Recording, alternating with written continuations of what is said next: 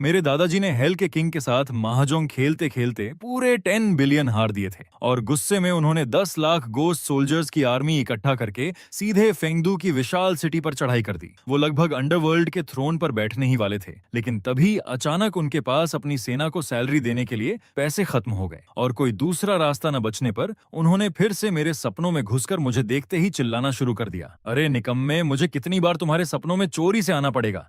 मैंने पहले ही कहा था कि मेरे पास इस युद्ध को चलाने के लिए पैसे नहीं बचे। आखिर इंतजार किस बात का कर रहा है? जल्दी पैसे जला। मैं मुश्किल से अपनी आंखें खोल पा रहा था। मैंने बेबस होकर उनकी तरफ देखा और कहा, लेकिन मैं अभी ठीक से जागा भी नहीं हूँ। अगर आपको कुछ जलवाना है तो कम से कम पहले मुझे उठने तो दीजिए। लेकिन वो शांत होने के बजाय और ज्यादा घूरने लगे। उन्होंने गुस्से में चिल्लाते हुए कहा, और तू इतनी चैन की नींद कैसे सो रहा है? मुझे अपनी पूरी गोस्ट आर्मी की 1 महीने की सैलरी देनी है। अगर जल्दी पैसे नहीं दिए तो वो मेरे खिलाफ बगावत कर देंगे। ये सुनकर मैंने लंबी सांस ली और आराम से जवाब दिया, तो फिर सरेंडर कर दीजिए और जल्दी अगले जन्म में रीइंकारनेट हो जाइए। इस बार मेरी फैमिली में पैदा हो जाइए। मैं आपका बाप बनकर आपको अच्छे से स्पॉइल कर दूंगा। मेरे मुंह से ये शब्द निकलते ही उन्होंने मुझे इतनी जोर से लात मारी कि मेरी हड्डियां टूट जानी चाहिए थीं। लेकिन अजीब बात यह थी कि मुझे जरा भी दर्द महसूस नहीं हुआ। उन्होंने गुस्से में मेरी तरफ उंगली दिखाते हुए दहाड़ा, अगर मैं दोबारा मरा तो मेरी सोल हमेशा के लिए वॉइड में बिखर जाएगी। बेवकूफ, अगर तूने मेरे लिए पैसे नहीं जलाए तो मैं अपने गुंडों को भेजकर तुझे सबक सिखाऊंगा, और अगर उससे भी बात नहीं बनी तो खुद तुझे घसीटकर हेल में ले जाऊंगा और वहीं तेरा दिमाग ठिकाने लगाऊंगा। ये सुनते ही मेरी रीढ़ में ठंडी सिहरन दौड़ गई। मैंने घबराकर निगलते हुए उनकी तरफ देखा। आप मुझे भी अपने साथ नीचे ले जाना चाहते हैं? दादाजी, आखिर आपने मुझसे कैसी दुश्मनी पाल रखी है? उन्होंने ठंडी आवाज में सूंघते हुए कहा, अगर मुझे कल तक वो नोट नहीं दिखे तो कसम से मैं खुद वापस आकर तुझे एबिस में अपने साथ घसीट ले जाऊंगा। सच कहूं तो मेरे दादाजी वाकई बहुत प्यार करने वाले इंसान हैं। मैंने अधीर होकर हाथ हिलाया और कहा, अगर आपको और कुछ नहीं चाहिए तो जल्दी जाइए यहाँ से। लेकिन गायब होने से पहले उन्होंने मुझे आखिरी बार घूरा और चिल्लाकर कहा, तुम्हारा दादा अभी भी लड़ाइयां जीतने में लगा है ताकि तुम्हारे लिए एम्पायर और शानदार जिंदगी बना सके। एहसान फरामोश अंधे इंसान। अगले ही पल मैं ठंडे पसीने में डूबा हुआ झटके से जाग गया। पिछले कुछ समय से मैं हर रात दादाजी का सपना देख रहा था और हर बार वो मुझसे अपने लिए और ज्यादा पैसे जलाने को कहते थे। मैं उनके लिए पहले ही हंड्रेड्स ऑफ बिलियंस की ऑफरिंग्स जला चुका था, लेकिन फिर भी पता नहीं क्यों वो कभी काफी नहीं पड़ता था। जब दुकान वाले को समझ आ गया कि मैं उसका कंपीटिंग बिजनेस शुरू करने वाला नहीं हूं तो उसने आखिरकार राहत की सांस ली और अजीब नजरों से मुझे देखते हुए कहा, शायद तुम्हारे बूढ़े बापू नीचे हेल में गैम्बलिंग एडिक्ट बन गए हैं। तुम ऐसे हमेशा पैसे नहीं जलाते रह सकते, एक दिन पूरी तरह कंगाल हो जाओगे। फिर अचानक उसकी आंखें ऐसे चमक उठी जैसे उसे इतिहास का सबसे महान आइडिया मिल गया हो। उसने उत्साहित होकर कहा, असल में तुम उसे एक मनी प्रिंटिंग मशीन ही क्यों नहीं जला देते? ये सुनते ही मेरी आंखें तुरंत चौड़ी हो गईं। हे भगवान, ऐसी चीज सच में एग्जिस्ट करती है? बॉस गर्व से मुस्कुराया और बोला, बिल्कुल करती है। अगर तुम उसके लिए वो प्रिंटर जला दोगे तो वो खुद जितने चाहे उतने पैसे प्रिंट कर सकता है।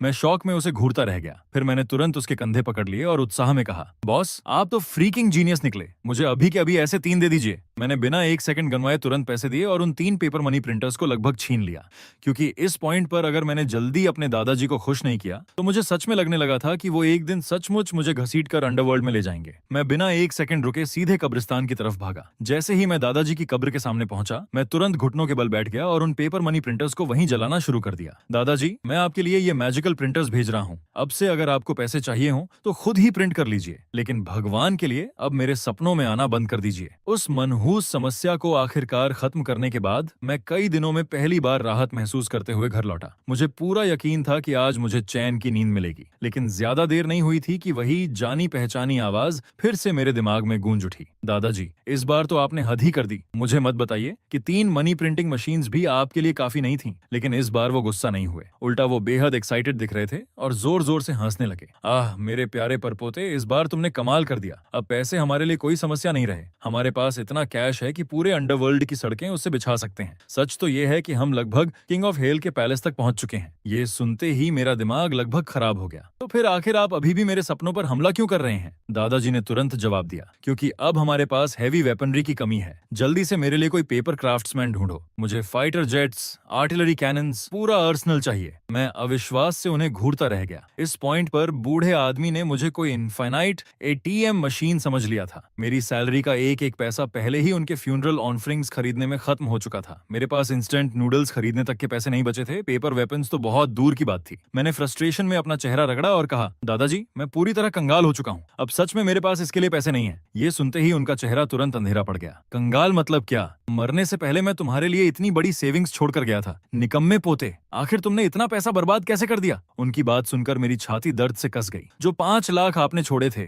मेरी घटिया एक्स गर्लफ्रेंड मुझे स्कैम करके सारे पैसे लेकर भाग गई। ये कहते ही मेरी आंखों से आंसू निकल पड़े और मैं बुरी तरह रोने लगा। दादाजी ने मुझे पूरी निराशा से देखा और चिल्लाए, तुम बस बच्चे की तरह रोना जानते हो। मैंने गुस्से में आंसू पोंछे और वापस चिल्लाकर कहा, क्या मैं अब चैन से रो भी नहीं सकता? आदमी भी रोते हैं, पता है ना आपको। दादाजी तुरंत बोले, बस बहुत हुआ। अगर उस कचरे ने मेरे पोते को इस तरह बेइज्जत करने की हिम्मत की है तो मैं अपनी डेड मैन की इज्जत की कसम खाकर कहता हूँ कि मैं उसे इसकी कीमत जरूर चुकवाऊंगा। उनकी ये बात सुनकर सच कहूँ तो मैं थोड़ा इमोशनल हो गया। दादाजी, आप सच में सबसे बेस्ट हो। मरने के बाद भी मैं आपकी प्रोटेक्शन पर जी रहा हूँ। उन्होंने गर्व से हाथ बांधे और कहा, ध्यान से सुनो लड़के, तुम्हारा दादा नीचे से एक मैसिव कू लॉन्च करने की तैयारी कर रहा है, एक लेजेंडरी कू। मैं कंफ्यूजन में पलकें झपकाने लगा। रुको, आप सच बोल रहे हैं? आप सच में किंग ऑफ हेल को हटाकर अंडरवर्ल्ड का थ्रोन कब्जाना चाहते हैं? दादाजी ने ठंडी हंसी छोड़ी। बिल्कुल सीरियस हूँ। अंडरवर्ल्ड असल में एक जायंट कॉर्पोरेट स्कैम है। वो जो 18 लेवल्स ऑफ हेल है ना, वो सब मास प्रोडक्शन नॉनसेंस है। मैं उससे तंग आ चुका हूँ। और अगर तुम्हें रीइंकारनेट होना है तो हर चीज में रिश्वत देनी पड़ती है। दोबारा जन्म लेने से पहले सांस लेने तक का पैसा लेते हैं। अगर पैसे नहीं दे पाए तो 100 साल तक स्लेव लेबर करवाते हैं, सिर्फ किसी घटिया लॉटरी सिस्टम में एंट्री पाने के लिए। तब जाकर मुझे सब समझ आया। तो इसी वजह से आपने आर्म्ड रिबेलियन शुरू की। दादाजी ने गर्व से सिर हिलाया। बिल्कुल, और इस समय हम ऑलरेडी आधे अंडरवर्ल्ड पर कंट्रोल कर चुके हैं। मुझे इतने पैसे इसलिए चाहिए थे ताकि मर्सनरीज हायर करके एनिमी लीजन्स को कुचल सकूं। मैंने तुरंत कहा, लेकिन अब तो आपके पास वो प्रिंटर्स हैं, आप एंडलेस मनी प्रिंट नहीं कर सकते क्या? दादाजी ने तुरंत सिर हिला दिया। अब सिर्फ पैसे काफी नहीं है, अब हमें ओवरवेलमिंग फायर पावर चाहिए। जल्दी कोई पेपर क्राफ्ट्समैन ढूंढो और मुझे वो वेपन्स भेजो। मैं स्ट्रेस से लगभग गिर ही पड़ा। दादाजी, प्लीज मेरी हालत समझिए। आपका पोता बैंकरप्ट हो चुका है। मैं आखिर इतना पैसा लाऊं कहां से? लेकिन दादाजी को जरा भी चिंता नहीं थी। वो आसान है। कल तुम्हारे शहर का जो सबसे बड़ा टाइकून था ना, वो मेरी आर्मी में शामिल हो गया है। आज रात मैं उसे उसकी पोती के सपनों में भेजूंगा और उसे कहूंगा कि वो सीधे तुम्हारे अकाउंट में कुछ मिलियन ट्रांसफर कर दे। मेरी आंखें तुरंत चौड़ी हो गईं। रुको, शहर का सबसे बड़ा टाइकून भी आपकी रेवोल्यूशन आर्मी का हिस्सा है? दादाजी ने लापरवाही से हाथ हिलाया। बिल्कुल नहीं। उसके बेवकूफ बेटे की मौत के बाद उसका परिवार एथियस्ट बन गया। उसके लिए पैसे और सर्वेंट्स जलाने के बजाय वो सिर्फ उसकी कब्र पर फूल चढ़ाते हैं। तुम्हें पता है ये कितनी ह्यूमिलिएटिंग बात है? बेचारा आदमी अंडरवर्ल्ड में सड़क किनारे फूल बेचकर गुजारा करने पर मजबूर हो गया था। फिर दादाजी अचानक सोचते हुए आंखें सिकोड़कर बोले, असल में शायद मुझे उसकी पोती की शादी तुमसे ही करवा देनी चाहिए। Problem solved. ये सुनते ही मेरा पूरा मूड बदल गया। दादाजी, ये तो बिल्कुल हेवनली आइडिया है। मैं गुड न्यूज का इंतजार करूंगा बॉस। दादाजी गर्व से हंसे और मेरी तरफ एक अजीब चीज फेंकी। ये आर्टिफैक्ट रखो, ये लाइफ सेविंग टैलिस्मन है। अगर कभी तुम्हारी जान खतरे में पड़े तो इसे जमीन पर तोड़ देना। जैसे ही ये टूटेगा, तुम्हारा दादा खुद अबिस से निकलकर तुम्हारी जान बचाने आएगा। उस चीज को हाथ में पकड़ते ही मुझे अचानक बहुत ज्यादा सेफ महसूस होने लगा। जब एक टेरिफाइंग अंडरवर्ल्ड माफिया बॉस खुद मेरी प्रोटेक्शन में हो तो जिंदगी में सक्सेस लगभग गारंटीड लगने लगी। अगली सुबह मैं हमेशा की तरह ऑफिस की तरफ निकला, लेकिन दूर से ही मैंने लग्जरी कार्स का एक विशाल कॉन्वॉय कंपनी के एंट्रेंस को ब्लॉक किए देखा। मैं शॉक में वहीं रुक गया। अब कौन सा एम्परर हमारी दुनिया में उतर आया? तभी मेरा कोवर्कर एक्साइटमेंट में मेरी तरफ भागता हुआ आया। सेंग, तुम्हें सच में अभी तक पता नहीं चला? हमारी छोटी सी कंपनी को अभी अभी लियू फैमिली ने खरीद लिया है, वही सिटी के सबसे अनटचेबल टाइकून्स। ये सुनते ही मुझे तुरंत समझ आ गया कि क्या हो रहा था। दादाजी ने सच में अपना वादा निभा दिया था। उस बूढ़े टाइकून की ग्रैंड डॉटर को शायद सपने में आदेश मिला होगा और उसने कंपनी सिर्फ मुझे देने के लिए खरीद ली। मेरे दादाजी सच में अपने शब्दों के पक्के थे। मैं गर्व से भरा हुआ मेन एंट्रेंस की तरफ स्वेगर करते हुए अंदर गया, लेकिन जैसे ही मैंने अंदर कदम रखा, मैं अचानक एक बर्फ जैसी ठंडी खूबसूरत लड़की के सामने आ गया जिसकी प्रेजेंस ही टेरिफाइंग लग रही थी। तभी एक एम्प्लॉय ने तुरंत मेरी तरफ उंगली करके चिल्लाया, मिस, यही है, यही सेंग है। इससे पहले कि मेरा दिमाग कुछ समझ पाता, कई बॉडीगार्ड्स ने तुरंत मुझे पकड़ लिया और मेरे हाथ पीछे मोड़ दिए। अरे रुको एक सेकंड। लेकिन उन्होंने मेरी एक नहीं सुनी और मुझे घसीटते हुए सीधे लग्जूरियस प्रेसिडेंट ऑफिस में ले गए। वहां बैठी महिला ने एलिगेंटली अपने पैर क्रॉस किए हुए थे और बर्फ जैसी ठंडी आंखों से मुझे घूर रही थी। मेरा नाम लियू रुयान है। मुझे उम्मीद है कि तुम अच्छे से जानते हो मैं कौन हूँ। मैंने ऑकवर्ड स्माइल के साथ बिना सोचे जवाब दिया, बिल्कुल जानता हूँ, आप मेरी फ्यूचर बिलव्ड वाइफ हैं। मेरे मुंह से ये शब्द निकलते ही लियू रुयान का चेहरा घृणा से मरोड़ गया। वो मुझे ऐसी कंटेम्प्ट भरी नजरों से देख रही थी जैसे मैं दुनिया का सबसे घटिया इंसान हूँ। फिर उसने ठंडी आवाज में कहा, कल रात मेरे मरे हुए दादाजी मेरे नाइटमेयर में आए थे। उनका पूरा शरीर खून से भरा था, चेहरा इतनी बुरी तरह पीटा गया था कि पहचानना मुश्किल था। वो रोते हुए कह रहे थे कि अंडरवर्ल्ड के किसी गैंगस्टर ने उन्हें बेरहमी से पीटा। फिर उसने अपनी तेज नजरें मुझ पर गड़ा दी। अभी तुम्हारा ये घटिया चेहरा देखकर मुझे पूरा यकीन हो गया है कि ये सब तुम्हारा ही किया हुआ है। ये सुनते ही मेरा दिल लगभग रुक गया। धत तेरे की। दादाजी, आपको उस बूढ़े आदमी से शांति से बात करनी थी ना, आपने उसे आधा मार क्यों दिया? मैंने जबरदस्ती अपने चेहरे पर ऑकवर्ड स्माइल बनाए रखी, जबकि ठंडा पसीना लगातार मेरी पीठ से बह रहा था। सच कहूं तो मुझे बिल्कुल समझ नहीं आ रहा था कि मैं इस सिचुएशन को आखिर एक्सप्लेन कैसे करूं। अगर मेरे खुद के पिता भी दादाजी को कंट्रोल नहीं कर पाए तो मैं एक अंडरवर्ल्ड माफिया गोस्ट को कैसे संभाल सकता था? तू सच में बेवकूफ है। इस बार तूने गलत इंसान को छेड़ दिया। बहुत बड़ी कैलकुलेशन मिस्टेक कर दी तूने। लियू रुयान मुझे बर्फ जैसी ठंडी नजरों से घूर रही थी, जबकि मैं पैनिक में तुरंत दोनों हाथ ऊपर उठाकर बोला, नहीं नहीं, एक सेकंड रुकिए। मैं अपनी जान की कसम खाकर कहता हूँ कि ये सब बहुत बड़ा मिसअंडरस्टैंडिंग है, बहुत ही दुखद मिसअंडरस्टैंडिंग। लेकिन वो शांत होने के बजाय अपनी आंखें सिकोड़ कर मुझे ऐसे देखने लगी जैसे मुझे पूरी तरह पड़ रही हो। फिर भी अब तक जो मैंने देखा है उससे लगता है कि तुम्हारे पास गट्स हैं और कुछ डार्क टैलेंट्स भी। मेरे दादाजी रोते हुए कन्फेस कर रहे थे कि तुम्हारे पास पैसों की बहुत कमी है और कोइंसिडेंस से मेरे पास तुम्हारे लिए एक डर्टी लिटिल जॉब भी है। अगर तुम ये कर्ज पूरा कर दो तो मैं तुरंत तुम्हें $1 मिलियन ट्रांसफर कर दूंगी। जैसे ही मैंने $1 मिलियन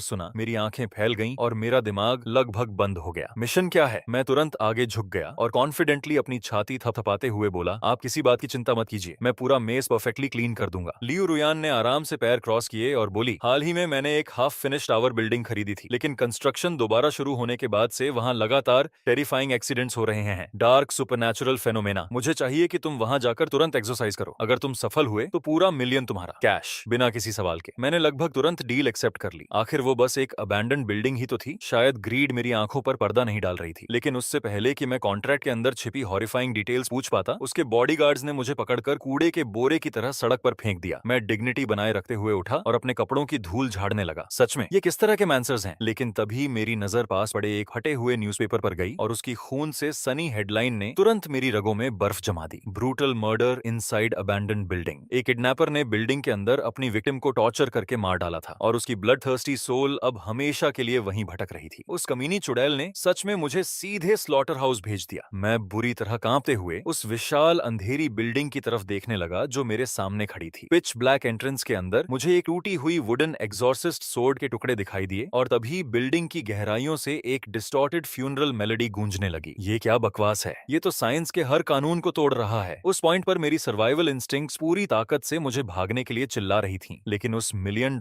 के लालच ने मुझे धीरे धीरे बिल्डिंग के जबड़े के अंदर धकेल दिया। जैसे ही मैं अंदर गया, खुद अंधेरा ही सफोकेटिंग महसूस होने लगा। धत तेरे की, ये जगह बहुत ज्यादा टेरिफाइंग है। शायद मुझे सुबह तक इस क्लीनिंग क्लोजेट में छिप जाना चाहिए। मेरी आवाज बुरी तरह कांप रही थी। मैंने खाली कॉरिडोर की तरफ देखते हुए धीरे से कहा, गोस्ट ब्रदर्स एंड सिस्टर्स, मैं शांति से आया हूँ। मेरे दादाजी का नाम सेन फेंग है और वो अंडरवर्ल्ड के वॉरलॉर्ड जैसे हैं। अगर कोई शिकायत हो तो उनके ऑफिस में कंप्लेंट कर देना। तभी अचानक अंधेरे में एक पुराना टेलीफोन इतनी जोर से बज उठा कि मेरे कान लगभग फट गए। आखिर कौन बार बार कॉल कर रहा है? तुम लोगों को मेरी पहले से मिजरेबल लाइफ से और क्या चाहिए? इससे पहले कि मैं रिएक्ट कर पाता, एक हॉरिफाइंग फीमेल एपरेशन सीधे दीवारों के अंदर से बाहर रेंगती हुई निकल आई। मैं लगभग चीख पड़ा और तुरंत दोनों हाथ ऊपर उठा दिए। मिस, पहले शांत हो जाइए। अगर आपने मुझे यहाँ मार दिया तो मैं कसम खाता हूँ कि मेरे दादाजी अंडरवर्ल्ड में आपकी खाल खिंचवा देंगे। उस घोस्ट का चेहरा नफरत से मरोड़ गया और वो फुफकारते हुए बोली, मुझे अंडरवर्ल्ड की जरा भी परवाह नहीं। मैं हमेशा लिविंग वर्ल्ड में ही रहूंगी। अब सफरिंग के लिए तैयार हो जाओ, मर जाओ कीड़े। मेरे पैरों से लगभग ताकत निकल गई। आपने मुझे मेरी ट्रम्प कार्ड इस्तेमाल करने पर मजबूर कर दिया। मैंने जल्दी से दादाजी वाला तालिस्मैन निकाला और चिल्लाया, अपीयर, धत तेरे की, गलत बोल दिया, बाहर आइए जल्दी। दादाजी, दादाजी, मेरी मिजरेबल लाइफ बचाइए। मैंने पूरी ताकत से तालिस्मैन को कंक्रीट फ्लोर पर दे मारा और मिरेकल के लिए डेस्परेटली प्रार्थना करने लगा। अचानक पूरी बिल्डिंग की फाउंडेशंस में एक इनॉर्मस शॉक वेव फट पड़ा। फिर अंधेरे में दादाजी की मैजेस्टिक आवाज गूंजी, शांत हो जाओ मेरे लॉयल ग्रैंडसन, तुम्हारा दादा आ चुका है। उनका विशाल फिगर धीरे धीरे गोस्टली स्मोक के अंदर से बाहर निकला और वो उस मर्डरस स्पिरिट को घृणा से घूरने लगे। ये रोती हुई गंदी चीज आखिर किस कब्र से निकल कर आई है? जैसे ही फीमेल गोस्ट ने दादाजी को देखा, उसकी आंखें प्योर हेट्रेड से भर गईं और उसके शरीर से डेडली क्रिम्सन ऑरा फूट पड़ा। लेकिन अनएक्सपेक्टेडली दादाजी का चेहरा अचानक पीला पड़ गया। वो 2 कदम पीछे हटे और तुरंत पूरी स्पीड से भागने के लिए घूम गए। धत तेरे की, ये तो कैटास्ट्रोफी क्लास स्पिरिट है। मेरा फेक एस्ट्रल प्रोजेक्शन एक एक्सचेंज भी सर्वाइव नहीं करेगा। और बस ऐसे ही बूढ़ा आदमी मुझे पूरी तरह छोड़कर भाग गया। मैं पूरी डिस्पेयर में उस गोस्ट को घूरने लगा। बहन जी, अगर मैं कसम खाऊं कि ये सब एक बेवकूफी भरा मिसअंडरस्टैंडिंग था तो क्या आप मान लेंगी? स्पिरिट ने मर्डरस रेज से मुझे घूरा। मिसअंडरस्टैंडिंग नहीं, मुझे लगता है कि तुम बस स्लो एंड एगनाइजिंग डेथ चाहते हो। घमंडी छोटे कीड़े, मैंने सब कुछ खो दिया है, लेकिन आज मैं तुम्हारी सोल को अपने साथ डार्कनेस में घसीट कर ले जाऊंगी। मैं लगभग वहीं गिर पड़ा। रुको, दया कीजिए, मेरी वाइटल यंग एनर्जी अब्सॉर्ब कर लीजिए। मुझे देखिए, मैं हेल्थी यंग मैन हूँ, लाइफ एनर्जी से भरा हुआ। मैं आपके काम आ सकता हूँ। गोस्ट गुस्से में चीखी, अपने सपनों में दे कमीने, अब एनाइलेशन के लिए तैयार हो जा। वो अपने शार्प क्लॉज फैलाकर मेरी तरफ झपटी और जैसे ही मुझे लगा कि मौत मेरी गर्दन पर सांस ले रही है, दादाजी की थंडरस आवाज फिर से पूरे स्पेस में गूंज उठी, इसे तुरंत पकड़ लो। फीमेल स्पिरिट जोर जोर से छटपटाने लगी और चीख कर बोली, मुझे छोड़ दो, तुम खुद को क्या समझते हो जो मुझे ऑर्डर्स दे रहे हो? दादाजी ने कंटेम्प्ट से भरी डार्क लाफ छोड़ी और अगले ही सेकंड तापमान फ्रीजिंग तक गिर गया। उनके बगल में मैसिव वेपन्स लिए 2 टेरिफाइंग रीपर रीपर्स मटीरियलाइज हो गए। दादाजी गर्व से मुस्कुराए। और अब मेरे एस्कॉर्ट के बारे में क्या ख्याल है कचरे? उन इन्फर्नल गार्डियंस का ओवरवेलमिंग प्रेशर महसूस होते ही गोस्ट बुरी तरह डर गई। वो पैनिक में चीखी और भागने की कोशिश करने लगी, लेकिन हेवी अंडरवर्ल्ड चेन्स उसके शरीर पर लिपट गईं और उसे तुरंत जमीन पर पटक दिया। विक्ट्री सिक्योर होते देख दादाजी ने जल्दी से स्पिरिट मनी की मोटी गड्डी निकाली और रीपर्स को थमा दी। ब्रोदर्स, हमेशा की तरह एक्सीलेंट वर्क। हेल की सबसे अच्छी टी पीना और शिफ्ट खत्म होने के बाद आराम से हॉट बाथ लेना। रीपर्स ने तुरंत सम्मान से हाथ हिलाए। बॉस, हमें शर्मिंदा मत कीजिए, हम प्रैक्टिकली फैमिली हैं। अगली बार इतना एंटरटेनिंग ऑपरेशन चाहिए हो तो बस ऑर्डर दे दीजिए। तभी उनमें से एक ने क्यूरियोसिटी से मेरी तरफ देखा। और ये हैंडसम यंग मैन आपका ग्रैंडसन है? इसे हमारे हवाले छोड़ दीजिए। रिकॉर्ड बुक्स में थोड़ा बदलाव करके हम इसकी लाइफ स्पैन में आसानी से कुछ एक्स्ट्रा डिकेड्स जोड़ सकते हैं। ये इनक्रेडिबल ऑफर सुनते ही दादाजी ने तुरंत उससे भी मोटी बंडल उनके पॉकेट्स में ठूंस दी। अब जब वो मर्डरस गोस्ट हेल्पलेसली चेन्स में बंधी जमीन पर पड़ी थी, मैं धीरे धीरे उसके पास गया और पूरी ताकत से उसे थप्पड़ मार दिया। तो अब क्या हुआ कचरे? अभी भी मेरे सामने टफ बन रही हो? अपनी औकात समझ लो। अंडरवर्ल्ड में मेरी भी माफिया कनेक्शंस हैं, बेवकूफ। बंधी होने के बावजूद गोस्ट ने विशसली मुझे घूरा और चीख कर बोली, मेरा पति मेरा बदला लेगा, वो तुम्हें बचने नहीं देगा। मैं ठंडी हंसी हंसते हुए बोला, ओह नहीं, मैं डर से कांप रहा हूँ। तो उसे भी बुला लो, फिर 2 for 1 पैकेज डील कर लेंगे। मैंने कॉन्फिडेंटली रीपर्स की तरफ मुड़कर कहा, ब्रोदर्स, जब इस औरत को प्रिजन में डालो तो इसका एक एक बोन तोड़ देना। बोनस पेमेंट के तौर पर मैं तुम्हारे लिए फॉर्चून जला दूंगा। रीपर्स डार्क स्माइल के साथ बोले, बस इतना ही, समझो हो गया यंग मास्टर। अगली बार बस हाई वैल्यू फॉरेन करेंसी भेजना। पेमेंट अच्छी हो तो हम बहुत रीजनेबल लोग हैं। सिनिस्टर स्माइल्स के साथ वो दोनों रीपर्स उस चीखती हुई औरत को शैडोज के अंदर घसीट कर ले गए और पूरी बिल्डिंग अचानक पूरी तरह शांत हो गई। मैं एब्सोल्यूट ऑ में दादाजी को घूरता रह गया। सच कहूं तो उस बूढ़े आदमी की अंडरवर्ल्ड कनेक्शंस पूरी तरह मॉन्स्ट्रस थीं। दादाजी ने गर्व से मेरी तरफ देखा और कहा, इज्जत लोगों के मुंह पर कैश की गड्डियां फेंक कर खरीदी जाती है। बेवकूफ लड़के, अगर पैसे ना हो तो हेल के दरवाजे भी तुम्हारे लिए नहीं खुलेंगे। फिर उनका चेहरा अचानक सीरियस हो गया। उन्होंने उंगली दिखाते हुए मुझसे कहा, अब ध्यान से सुन। जल्दी से वो वेपनरी मेरे लिए जला और ध्यान रहे कि मार्केट का सबसे महंगा इंपीरियल ग्रेड पेपर इस्तेमाल हो। जैसे ही मैं रेबल्स को पूरी तरह कुचलकर अपना एम्पायर स्टेबलाइज कर दूंगा। हेल का हर कानून मैं खुद लिखूंगा। मैंने तुरंत अपनी पीठ सीधी की और ड्रामेटिक सैल्यूट मारते हुए कहा, अंडरस्टूड जनरल। उस हिसाब से शायद मुझे जल्दी मर जाना चाहिए ताकि मैं भी आपके बगल में थ्रोन पर बैठ सकूं। दादाजी ने तुरंत मेरे सिर पर जोर से छपत मारी, अपना मुंह बंद रख और ऐसी मनहूस बातें करना बंद कर। फिर उन्होंने शक भरी नजरों से आंखें सिकोड़ ली। टॉपिक बदलते हैं। आधी रात को तू उस मौत के अड्डे में आखिर कर क्या रहा था? मैंने जल्दी से उन्हें पूरी कहानी बता दी कि कैसे लियू रुयान ने मुझे उस सुसाइडल मिशन पर भेजा था। जैसे ही दादाजी ने सब सुना, उनका गुस्सा इतना भड़क गया कि लगा वो वहीं दूसरी बार हार्ट अटैक से मर जाएंगे। उसी समय कई किलोमीटर दूर लियू रुयान अपारेंटली बिनोक्यूलर्स से दूर बैठकर सब देख रही थी और मुझे जिंदा बचते देकर उसके होठों पर हल्की मुस्कान आ गई। तो ये आवारा कुत्ता सच में काटना जानता है। उसी रात जैसे ही लियू रुयान अपनी लग्जूरियस मैंशन में सोई, वो तुरंत एक हॉरिफाइंग नाइटमेयर में खींच ली गई। सपने में उसने अपने दादाजी को देखा। उनका पूरा शरीर खून से लथपथ था और चेहरा इतनी बुरी तरह पीटा गया था कि पहचानना मुश्किल था। वो रोते हुए उसकी तरफ रेंगते आए, पोती प्लीज मैं तुमसे भीख मांगता हूँ, उस लड़के से तुरंत शादी कर लो। उसका दादा पूरा मॉन्स्टर है और उसके अंडरवर्ल्ड इन्फोर्सर्स को कोई रोक नहीं सकता। उसने बिना पसीना बहाए हमारे परिवार की पिछली 8 जनरेशंस तक को खत्म कर दिया। प्लीज उससे शादी कर लो और इस मैसेकर को रोक दो। लेकिन लियू रुयन ने गुस्से में अपनी मुठियां भींच ली। मैं उस नोबडी से शादी करने से पहले मरना पसंद करूंगी। अगर वो लोग नीचे आपको टॉर्चर कर रहे हैं तो मैं ऊपर उसके बेवकूफ ग्रैंडसन की जिंदगी बर्बाद कर दूंगी। उसके दादाजी तुरंत पैनिक में आ गए। तू उसे छूने की हिम्मत भी मत करना। उस बूढ़े माफिया बॉस के पास एंडलेस फाइनेंशियल रिसोर्सेज हैं। वो टेरिफाइंग स्पीड से डिमोनिक आर्मी खड़ी कर रहा है और जल्द ही पूरे अंडरवर्ल्ड का एब्सोल्यूट डिक्टेटर बन जाएगा। जैसे ही वो वर्ल्ड्स के बीच की बैरियर्स तोड़ देगा, लिविंग वर्ल्ड पर हमला करना उसके लिए बैकयार्ड में घूमने जितना आसान हो जाएगा। अगर तू उसे प्रोवोक करती रही तो वो तुझे अपने पैदा होने पर पछतावा करवा देगा। लियू रुयान कंफ्यूजन में बोली, लेकिन उस बूढ़े आदमी के पास इतना पैसा आ कहां से रहा है? उसका ग्रैंडसन तो बस एक फेल्ड ऑफिस वर्कर है, कॉर्पोरेट स्लेव। उसके दादाजी ने गंभीर आवाज में कहा, तुझे पता है वो इतना टेरिफाइंग क्यों है? क्योंकि उसके ग्रैंडसन के पास यिन एबस बर्थ ऑनरा है। नॉर्मली जब इंसान 1.5 लोगों के लिए पैसे जलाते हैं तो ज्यादातर स्पिरिट बैंक्स उन्हें फिल्टर कर लेते हैं। हमारे पास लगभग कुछ नहीं पहुंचता, लेकिन जब उसका ग्रैंडसन ऑफरिंग्स जलाता है तो हमें सब कुछ डायरेक्टली मिलता है। ये सुनते ही लियू रुयान का एक्सप्रेशन पूरी तरह बदल गया। उसके दादाजी ने तुरंत उसके कंधे पकड़ लिए और बेगिंग करते हुए बोले, पोती मान जा, अगर वो तेरे लिए भी पेपर मनी जलाने लगे तो तू अंडरवर्ल्ड में रिच बन जाएगी और आखिरकार उसके दादाजी का सामना करने लायक ताकत हासिल कर लेगी। लियू रुयान धीरे धीरे सोचते हुए सिर हिलाने लगी। असल में ये आइडिया इतना बुरा भी नहीं है, लेकिन अगली सुबह जब लियू रुयान मुझे किडनैप करके अपने दादाजी के लिए भी पैसे जलवाने आई, तब तक मैं रातों रात भागकर अपने होम टाउन वापस पहुंच चुका था। मैं तुरंत कई वेपन मॉडल्स लेकर गांव की फ्यूनरल ऑफरिंग शॉप में गया और उन्हें टेबल पर रख दिया। बॉस, मुझे इनकी फुल स्केल कॉपीज चाहिए। बूढ़ा शॉपकीपर मुझे ऐसे घूरने लगा जैसे मैं पूरी तरह पागल हो गया हूँ। बच्चे, क्या मैं तुम्हें कोई मिलिट्री फैक्ट्री लगता हूँ? पागल हो गया है क्या? मैंने जल्दी से सिर हिलाया। उन्हें फुल साइज होने की जरूरत नहीं है, लेकिन प्रोपोर्शंस बिल्कुल एग्जैक्ट होने चाहिए। बूढ़े आदमी ने हेल्पलेसली अपनी ठोड़ी सहलाई। इम्पॉसिबल, बहुत मुश्किल है। जब तक तुम एक्स्ट्रा पेमेंट ना दो शायद मैं इन्हें 3D प्रिंटिंग से बना सका हूँ। मेरी आंखें तुरंत फैल गईं। सच में अब ऐसे फ्यूनरल ऑफरिंग्स भी बनते हैं? शॉपकीपर गर्व से हंस पड़ा। बिल्कुल, जमाना बदल रहा है। ज्यादातर लोग प्रिंटर्स से अपने लिए पेपर गर्लफ्रेंड्स बनवाते हैं, लेकिन पहली बार किसी ने मुझसे वेपन्स मांगे हैं। मैंने तुरंत टेबल पर पैसे पटक दिए। मैं एक्स्ट्रा पे करूंगा, लेकिन मुझे ये आज रात चाहिए। पहले वेपन्स बनाओ। फाइटर जेट्स और टैंक्स बाद में भी बन सकते हैं। रात तक मैं आखिरकार वो मैसिव आर्सेनल लेकर घर लौटा जो शॉपकीपर ने मेरे लिए तैयार किया था, और बिना हिचकिचाए मैंने सारी ऑफरिंग्स आग में फेंक दी। आसमान में थिक स्मोक उठने लगा और उसने एक जायंट स्वेयरलिंग वॉर्टेक्स बना दिया। तुरंत फ्लेम्स के अंदर से दादाजी की एक्साइटेड आवाज गूंजी। ग्रैंडसन, तुम कमाल हो। इतनी सारी शानदार चीजें। इस इक्विपमेंट के साथ मैं पूरे टेरिटरीज कॉन्कर कर सकता हूँ। मैंने जल्दी से पूछा, दादाजी क्या ये काफी है? मैं और खरीद सकता हूँ? दादाजी जोर से हंस पड़े। जरूरत से ज्यादा काफी है। मेरे पुराने कॉमरेड्स को ऑलरेडी लेवल 18 असेंबली लाइन से आजाद करा लिया गया है। इस इक्विपमेंट के साथ वो बूढ़े बेवकूफ और उनकी छोटी सोर्ड्स अब देखेंगे कि मॉडर्न ईरा वॉरफेयर असल में होता क्या है। ये सुनकर मैं गर्व से मुस्कुराने लगा। दादाजी, कल तक टैंक्स और फाइटर जेट्स भी रेडी हो जाएंगे। मैं सब आपके लिए जला दूंगा। बहुत स्पेक्टेक्युलर होने वाला है। लेकिन दादाजी ने अचानक डिसमिसिवली हाथ हिला दिया। फाइटर जेट्स भूल जा, बस मेरे लिए कुछ न्यूक्लियर वॉरहेड्स जला देना, ज्यादा प्रैक्टिकल रहेंगे। मैंने गंभीरता से सिर हिलाया। डील। लेकिन अगली सुबह जैसे ही मैं उठा, मेरा कोर्टयार्ड पहले से बॉडीगार्ड से भरा हुआ था। इससे पहले कि मैं कुछ समझ पाता, लियू रुयान हाथ बांधे डेंजरस स्माइल के साथ धीरे धीरे मेरी तरफ बढ़ी। तू काफी तेज भागता है लड़के, लेकिन ये मत सोच कि मेरी पकड़ से बच सकता है। इतनी हालत में भी मैंने जबरदस्ती ग्रिन निकाली। हनी, क्या आपने पिछले कुछ दिनों में मुझे इतना मिस किया? उसका चेहरा तुरंत अंधेरा पड़ गया। मुझे हनी मत बुलाओ, आज मैं तुम्हें सबक सिखाऊंगी। मैं तुरंत पैनिक में आ गया। रुको रुको, हम इस बारे में आराम से बात कर सकते हैं। लेकिन मेरे विरोध करने से पहले ही बॉडीगार्ड्स मुझे पूरी तरह बांध चुके थे। दोपहर के आसपास अचानक एक बड़ा ट्रक कोर्टयार्ड में आया और उसने पेपर मनी का पूरा पहाड़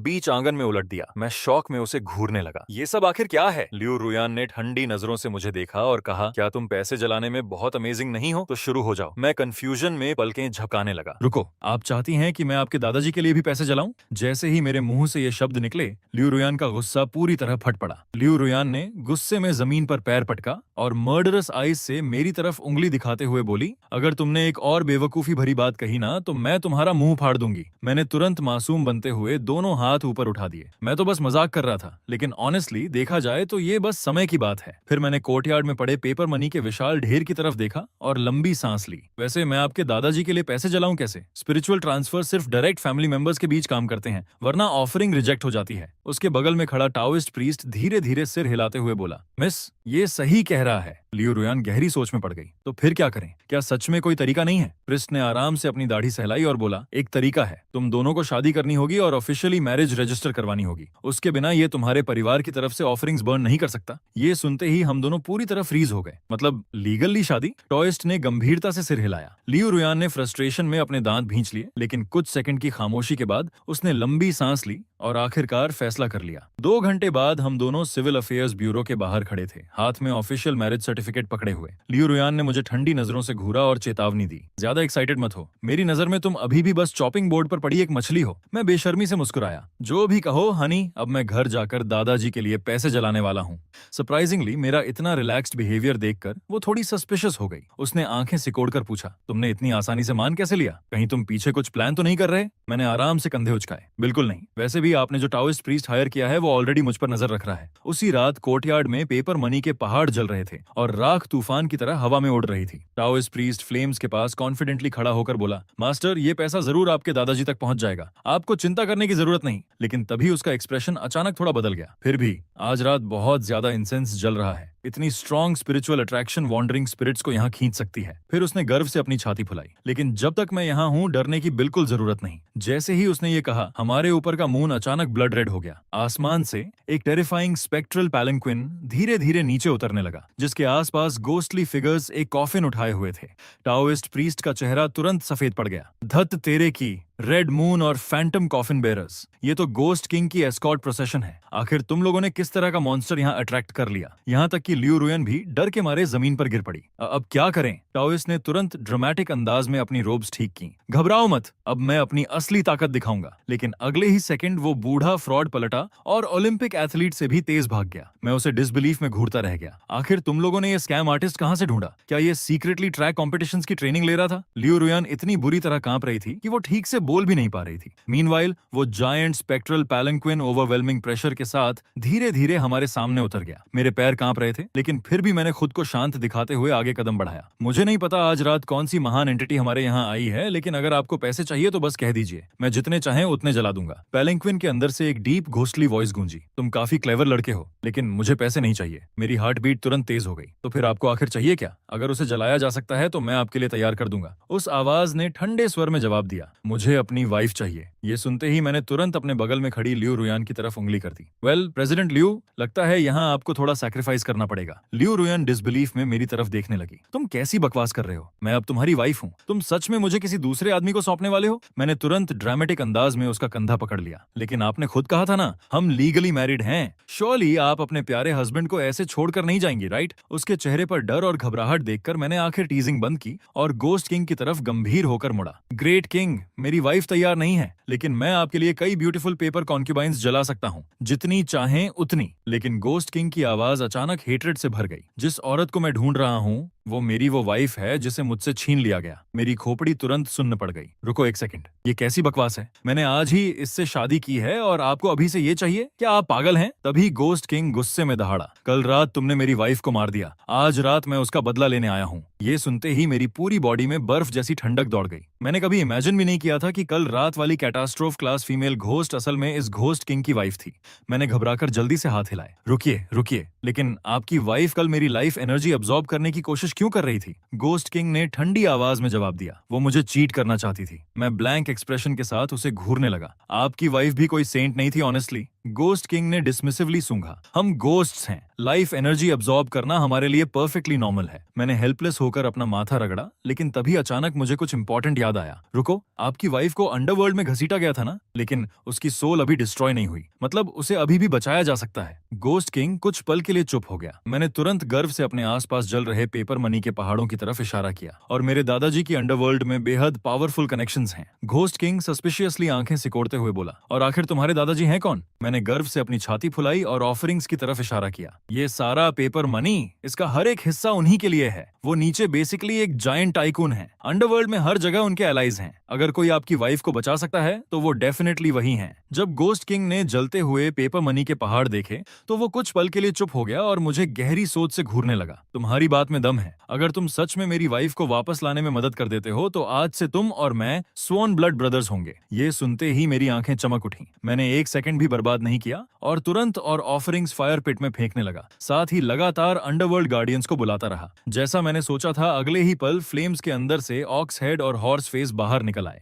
लेकिन जैसे ही उनकी नजर मेरे बगल में खड़े गोस्ट किंग पर पड़ी, दोनों के एक्सप्रेशंस तुरंत बदल गए। मैं जल्दी से आगे बढ़ा और समझाने लगा, ब्रदर्स, कल जिस स्पिरिट को आपने पकड़ा था वो असल में इनकी वाइफ निकली। क्या कोई चांस है कि आप लोग हमारी थोड़ी मदद करके उसे छोड़ दें? दोनों एमिसरीज ने ऑकवर्ड नजरों से एक दूसरे को देखा। फिर उनमें से एक ने भारी सांस छोड़ी। वो थोड़ा कॉम्प्लिकेटेड है, हम उसे ऑलरेडी अपने सुपीरियर्स के पास सौंप चुके हैं। मैंने तुरंत कॉन्फिडेंट होकर हाथ हिलाए। नो प्रॉब्लम, बिल्कुल नो प्रॉब्लम। मेरी वाइफ और फंड्स लेकर आएगी। मैंने लियू रुयान को इशारा किया और थोड़ी देर बाद वो 2 बड़े बॉक्सेस लेकर लौटी जो रिचुअल मनी से ठसाठस भरे हुए थे। मैंने वो बॉक्सेस एमिसरीज की तरफ धकेले और मुस्कुराकर कहा, इसे व्हाटएवर रिलेशनशिप्स स्मूथ करनी हो उनके लिए इस्तेमाल कर लीजिए, और जो बचे उसे आपकी मेहनत का कॉम्पेंसेशन समझिए। दोनों अंडरवर्ल्ड ऑफिशियल्स की आंखें तुरंत चमक उठी। सिर्फ इस एक बार, इसे हैबिट मत बनाना। इतना कहकर वो दोनों फिर फ्लेम्स के अंदर गायब हो गए। जैसा उम्मीद थी, थोड़ी देर बाद वो फीमेल गोस्ट को साथ लेकर वापस लौटे। गोस्ट किंग ने राहत की सांस ली और नई रिस्पेक्ट के साथ मेरी तरफ देखा। लिटिल ब्रदर, तुम्हारी कनेक्शन सच में इंप्रेसिव हैं। आज से लिविंग वर्ल्ड में मैं खुद तुम्हारी बैक वॉच करूंगा। मैंने तुरंत आदर से हाथ जोड़ लिए। ये मेरे लिए ऑनर है बिग ब्रदर, लेकिन एक्चुअली मेरे दादाजी जल्द ही रिबेलियन लॉन्च करने वाले हैं। क्या आप उनके लिए कुछ गोस्ट ट्रूप्स गैदर कर सकते हैं? गोस्ट किंग गहरी आवाज में हंसा। मुझ पर छोड़ दो, जल्द ही गुड न्यूज मिलेगी। मामला आखिरकार सेटल हो गया था और लियू रुयान थककर जमीन पर गिर पड़ी, लेकिन वो ठीक से सांस भी नहीं ले पाई थी कि गोस्ट किंग अचानक फिर वापस आ गया। उसके पीछे एंडलेस वॉन्डरिंग सोल्स का समुद्र फैला हुआ था। लिटिल ब्रदर, मैं 1 मिलियन वॉन्डरिंग स्पिरिट्स कमांड करता हूँ, क्या ये काफी है? मेरा जबड़ा लगभग जमीन पर गिर गया। ये तो इंसेन एफिशिएंसी है। आपको इतने फॉलोअर्स मिले कहां से? गोस्ट किंग की आंखें हल्की डार्क हो गईं। जब मैं जिंदा था मैं एक महान जनरल था। मेरे साथ मेरे मिलियन सोल्जर्स को बिट्रे करके मैसेकर कर दिया गया था। अगर तुम्हारे दादाजी को ट्रूप्स चाहिए तो वो इन सबको ले सकते हैं। मैंने उसे बार बार धन्यवाद दिया और बिना एक पल गंवाए तुरंत कंटेनमेंट स्फीयर से दादाजी को रिलीज कर दिया। दादाजी अपने गोस्ट बॉडीगार्ड्स के स्क्वाड के साथ गर्व से प्रकट हुए। ग्रैंडसन, तुम्हारे दादाजी आ गए हैं, इस बार किस मुसीबत में फंस गए हो। लेकिन अगले ही सेकंड उनकी नजर गोस्ट किंग और उसके पीछे खड़ी मिलियन स्पिरिट आर्मी पर पड़ी। दादाजी का चेहरा तुरंत बदल गया। ग्रैंडसन, भगवान तुम्हारी रक्षा करे, मुझे अचानक अंडरवर्ल्ड में बहुत जरूरी काम याद आ गया। वो तुरंत पलटकर भागने लगे, लेकिन मैंने जल्दी से उन्हें पकड़ लिया। दादाजी भागिए मत, ये मेरे नए स्वॉन बिग ब्रदर हैं। दादाजी पूरी तरह फ्रीज हो गए। जब मैंने जल्दी जल्दी उन्हें पूरी सिचुएशन समझाई तो उस विशाल स्पेक्ट्रल आर्मी को देखते हुए उनकी आंखें धीरे धीरे चमकने लगीं। गोस्ट किंग शांत कदमों से आगे बढ़ा। ये मिलियन सोल आर्मी ले लीजिए, इसे आपकी कॉज में मेरा इन्वेस्टमेंट समझिए। दादाजी एक्साइटमेंट से लगभग फट पड़े। एक्सीलेंट, जैसे ही मैं अंडरवर्ल्ड कॉन्कर करूंगा मैं तुम्हें खुद का टेरिटरी दूंगा। गोस्ट किंग जोर से हंसा। मेरे लिटिल ब्रदर के ग्रैंडफादर नेचुरली मेरे ग्रैंडफादर भी हुए। अलायंस फाइनलाइज होने के बाद गोस्ट किंग अपनी मिलियन स्पिरिट्स आर्मी लेकर डार्कनेस में चला गया, लेकिन दादाजी वहीं रुक गए। उन्होंने सस्पिशियस नजरों से मुझे देखा। ओए लड़के, तूने हाल ही में मेरे वेपन्स जलाने बंद क्यों कर दिए? फिर उन्होंने कैजुअली लियू रुयान की तरफ इशारा किया। और तुम्हारे फादर इन लॉ वाला बूढ़ा आज अचानक बहुत रिच बन गया था, इसलिए मैंने उसके सारे फंड्स कॉन्फिस्केट कर लिए। लियू रुयान शॉक में चीख पड़ी। आपने अभी क्या कहा? दादाजी ने डिसमिसिवली हाथ हिलाया। रिलैक्स, अब तुम मेरे ग्रैंडसन की वाइफ हो ना, इसे इन्वेस्टमेंट समझो। फिर उन्होंने गर्व से अपनी छाती फुलाई। जैसे ही मैं अंडरवर्ल्ड पूरी तरह कन्वर्ट कर लूंगा, मैं तुम दोनों के names book of life and death से इरेज कर दूंगा। लियू रुयान तुरंत भौहें सिकोड़कर बोली, नो थैंक्स, मैं कोई झुर्रियों वाली बूढ़ी औरत बनकर हमेशा नहीं जीना चाहती। दादाजी ने उसकी इग्नोरेंस पर तुरंत ताना मारा। तुझे क्या पता, तुम्हारा शरीर बिल्कुल अभी जैसा है वैसा ही रहेगा। Eternal youth. जैसे ही लियू रुयान ने इटर्नल यूथ शब्द सुने, उसका पूरा एक्सप्रेशन इंस्टेंटली बदल गया। उसकी आंखें एक्साइटमेंट से चमकने लगीं। मैं धीरे से बड़बड़ाया, लगता है ये अभी भी पूरी तरह कन्विंस्ड नहीं हुई। दादाजी ने तुरंत कंधे उचकाए। परफेक्ट, मेरे कई पुराने कॉमरेड्स बिलियनियर्स हैं और वो सब अपनी ग्रैंडडॉट्स की शादी तुमसे करवाने को डेस्परेट हैं। ये सुनते ही लियू रुयान पूरी तरह पैनिक में आ गई। उसने मेरा हाथ कसकर पकड़ा और मुझे सीधे घर के अंदर घसीट ले गई। एब्सोल्युटली नॉट, जीत मेरी होगी। मैं उसके पीछे लड़खड़ाते हुए हेल्पलेस होकर बोला, औरत, अब बहुत देर हो चुकी है, अब कुछ वापस नहीं हो सकता। 1 साल बाद दादाजी सक्सेसफुली पूरे अंडरवर्ल्ड के रूलर बन गए और उन्होंने हमारे दोनों नाम book of life and death से मिटा दिए। उस दिन के बाद लियू रुयान और मैं कभी बूढ़े नहीं हुए। हम हर दिन दुनिया की सबसे लग्जूरियस जिंदगी जीने लगे। हर रोज पैसों के पहाड़ गिनने के अलावा मैं बेसिकली बस अपनी इमॉर्टल वाइफ के साथ शॉपिंग करने जाता था। लेकिन ठीक जब मैं उसे प्राइवेट आइलैंड वेकेशन पर ले जाने की प्लानिंग कर रहा था, तभी दादाजी का ड्रीम ट्रांसमिशन अचानक डेथ सेंटेंस की तरह मेरे दिमाग में फट पड़ा। ग्रैंडसन, सोना बंद कर और जल्दी मुझे बचा। तुम्हारे दादाजी उन डायमंड मनी प्रिंटर्स की वजह से बर्बाद होने वाले हैं। सपने के अंदर दादाजी डिस्पियर में अपने पैलेस के प्रेशियस फाइट जैड टाइल्स तोड़ते हुए इधर उधर कूद रहे थे। उनके सिर से उठता काला धुआं प्रैक्टिकली एक जायंट हेल्प साइन बना रहा था। मैंने कंफ्यूजन में उन्हें घूरा। दादाजी, आप क्या बोल रहे हैं? क्या उन 3 मनी प्रिंटिंग मशीन्स ने आपको अंडरवर्ल्ड का सुप्रीम रूलर नहीं बना दिया था? दादाजी लगभग रो पड़े। यही तो प्रॉब्लम है, अब बहुत ज्यादा पैसा हो गया है। एक स्टीम्ड बन की कीमत 500 बिलियन हो चुकी है। डीमंस को अपनी सैलरीज ट्रक्स में ढोनी पड़ रही हैं। हर कोई रिबेलियन के कगार पर है। ऊपर वालों ने ऑलरेडी ऑडिटर भेज दिया है। उनका कहना है कि मैंने अंडरवर्ल्ड की पूरी फाइनेंशियल ऑर्डर डिस्ट्रॉय कर दी है और अब वो मुझे टॉर्चर करना चाहते हैं। मैं अभी उन्हें कंफर्ट ही करने वाला था कि अचानक हमारी मैंशन के नीचे की जमीन फट गई और एक जिगांटिक ब्लैक होल खुल गया। डार्कनेस के अंदर से एक लंबा स्केलेटल फिगर बाहर निकला जिसने ब्लैक सूट पहन रखा था। उसकी स्किन सफेद थी और आंखों पर राउंड ग्लासेस थे। उस फिगर ने ठंडे अंदाज में अपने ग्लासेस ठीक किए और शांत आवाज में बोला, आप लोग सेन फेंग के रिलेटिव्स हैं, सही? अंडरवर्ल्ड करेंसी की इलीगल मास प्रोडक्शन की वजह से डेड रियलम में कैटास्ट्रोफिक इन्फ्लेशन फैलाने के अपराध में मैं general administration of the underworld की तरफ से अब आपकी लिविंग वर्ल्ड की सारी मैंशंस और बैंक अकाउंट्स कन्फिस्केट करता हूँ। ये पूरा एम्पायर मेरे दादाजी ने बनाया है। तुम बस एक ग्लोरिफाइड एम्प्लॉय हो। ऐसे हमारी सारी चीजें नहीं छीन सकते। लियू रुयान इतनी गुस्से में थी कि उसके माथे की नसें तक उभर आई थीं। उसने पास रखा वेज उठाया और लगभग ऑडिटर के चेहरे पर फेंकने ही वाली थी, लेकिन उस स्केलेटल आदमी ने बस ठंडी हंसी छोड़ी, अपने ब्रीफ केस से एक गोल्डन एबिकस निकाला और तेजी से उसकी बीट्स चलाने लगा। सिर्फ उस क्लैकिंग साउंड ने ही लियू रुयान को 3 कदम पीछे धकेल दिया। उस स्केलेटन आदमी ने ठंडे अंदाज में अपने ग्लासेस ठीक किए। मैं general administration of the underworld का स्पेशल एनवॉय हूँ। मैं सिर्फ ये प्रॉपर्टी कॉन्फिस्केट नहीं करूंगा, बल्कि तुम्हें अकॉम्प्लिसेस मानकर इंटरोगेशन के लिए भी ले जाऊंगा। मैंने तुरंत नर्वस होकर दोनों हाथ ऊपर उठा दिए। आराम से सर, आराम से। ये बस थोड़ी इन्फ्लेशन है, इतनी दूर जाने की जरूरत नहीं। मैं तुरंत अंडरवर्ल्ड टैक्सेस पे कर दूंगा। मैं गारंटी देता हूँ हूँ कि आप सेटिस्फाइड होकर जाएंगे। परमिशन का इंतजार किए बिना मैं दौड़कर स्टडी रूम में गया और अपनी old university economics text book के साथ कुछ पेपर गोल्ड बार्स उठा लाया। फिर बिना हिचकिचाए सब कुछ ब्राजियर में फेंक दिया। दादाजी तैयार हो जाइए, ये हमारा अल्टीमेट फाइनेंशियल न्यूक्लियर वेपन है। अब उन इग्नोरेंट अंडरवर्ल्ड फूल्स को असली इकोनॉमी समझाने का समय आ गया है। ऑडिटर मुझे किताब जलाते हुए देखकर कंटेम्प्ट से हंस पड़ा, लेकिन अगले ही सेकंड उसकी पॉकेट में रखा कम्युनिकेशन टैलिस्मैन ऐसे वायलेंटली वाइब्रेट करने लगा जैसे उसे बिजली लगी हो। जैसे ही उसने कॉल उठाई, उसकी आंखें लगभग सॉकेट्स से बाहर निकल आईं। वो पूरी तरह स्टोन स्टैचू की तरह फ्रीज हो गया। वो अभी मुझे हैंडकफ्स पहनाने ही वाला था कि कम्युनिकेशन टैलिस्मैन के अंदर से अंडरवर्ल्ड डायरेक्टर जनरल की फ्यूरियस रोर पूरे मैंशन में गूंज उठी। सीलिंग पर लटके शैंडलियर्स तक हिलने लगे। Director director, young master Singh ने जो इकोनॉमिक्स बुक जलाई है वो डिवाइन रेलिक निकली। दूसरी तरफ डायरेक्टर जनरल इतनी एक्साइटमेंट में था कि ठीक से बोल भी नहीं पा रहा था।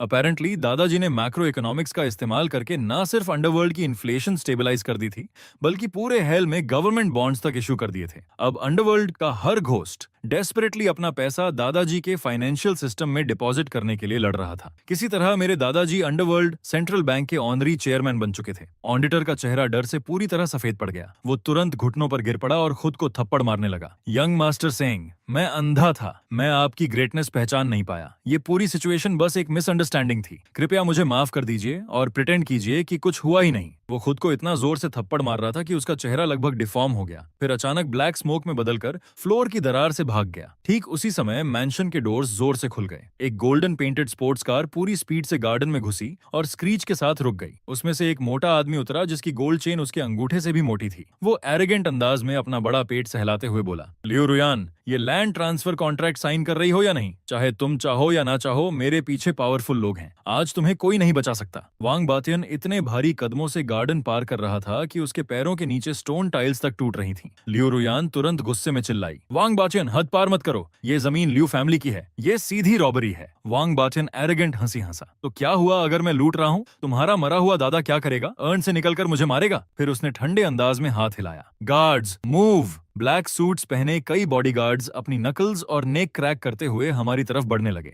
उसी समय मैंने ठंडी हंसी छोड़ी और धीरे से पॉकेट से एक स्पेशल पेपर वॉक टॉक निकाला। ओल्ड वांग, आज तुमने अपनी कब्र खुद खोद ली। मैंने डिवाइस दबाया और कामली बोला, brother ox, brother horse, living world में कोई रिस्पेक्ट देना नहीं चाहता और ऊपर से हमारे ग्रैंडफादर को इंसल्ट कर रहा है। अब ये मामला आप लोगों के हवाले। तभी एक बॉडीगार्ड का पंच मेरे चेहरे से बस कुछ इंच दूर था कि अचानक आसमान पूरी तरह डार्क हो गया। क्रिम्सन लाइटनिंग का एक बोल्ट सीधे कोर्टयार्ड के बीचों बीच गिरा और पूरी जमीन हिल गई। वांग बातियान का चेहरा तुरंत सफेद पड़ गया। ये क्या हो रहा है? दिन दहाड़े थंडर कैसे हो सकता है? स्मोक के अंदर से दो जिगांटिक 3 मीटर लंबे फिगर्स धीरे धीरे बाहर आए। एक का सिर बैल जैसा था और दूसरे का चेहरा घोड़े जैसा। दोनों ने बुलेट प्रूफ वेस्ट पहने थे और उनके हाथों में ब्लू लाइट से ग्लोइंग मैसिव गैटलिंग गन्स थीं। जैसे ही वांग बातियान ने उन मॉन्स्टर्स को देखा, वो लिटरली डर के मारे पेशाब कर बैठा और मिट्टी की तरह जमीन पर गिर गया। पूरे गार्डन का एटमॉस्फेयर जम गया। वो इतना डरा हुआ था कि उसकी टाइनी ट्रांसल्यूसेंट सोल आधी बॉडी से बाहर निकल आई, लेकिन हॉर्स फेस ने कैजुअली उसे थप्पड़ मारकर वापस शरीर में ठूंस दिया। ऑनेक्स हेड ने धीरे से अपनी गैटलिंग गन का चार्जिंग हैंडल खींचा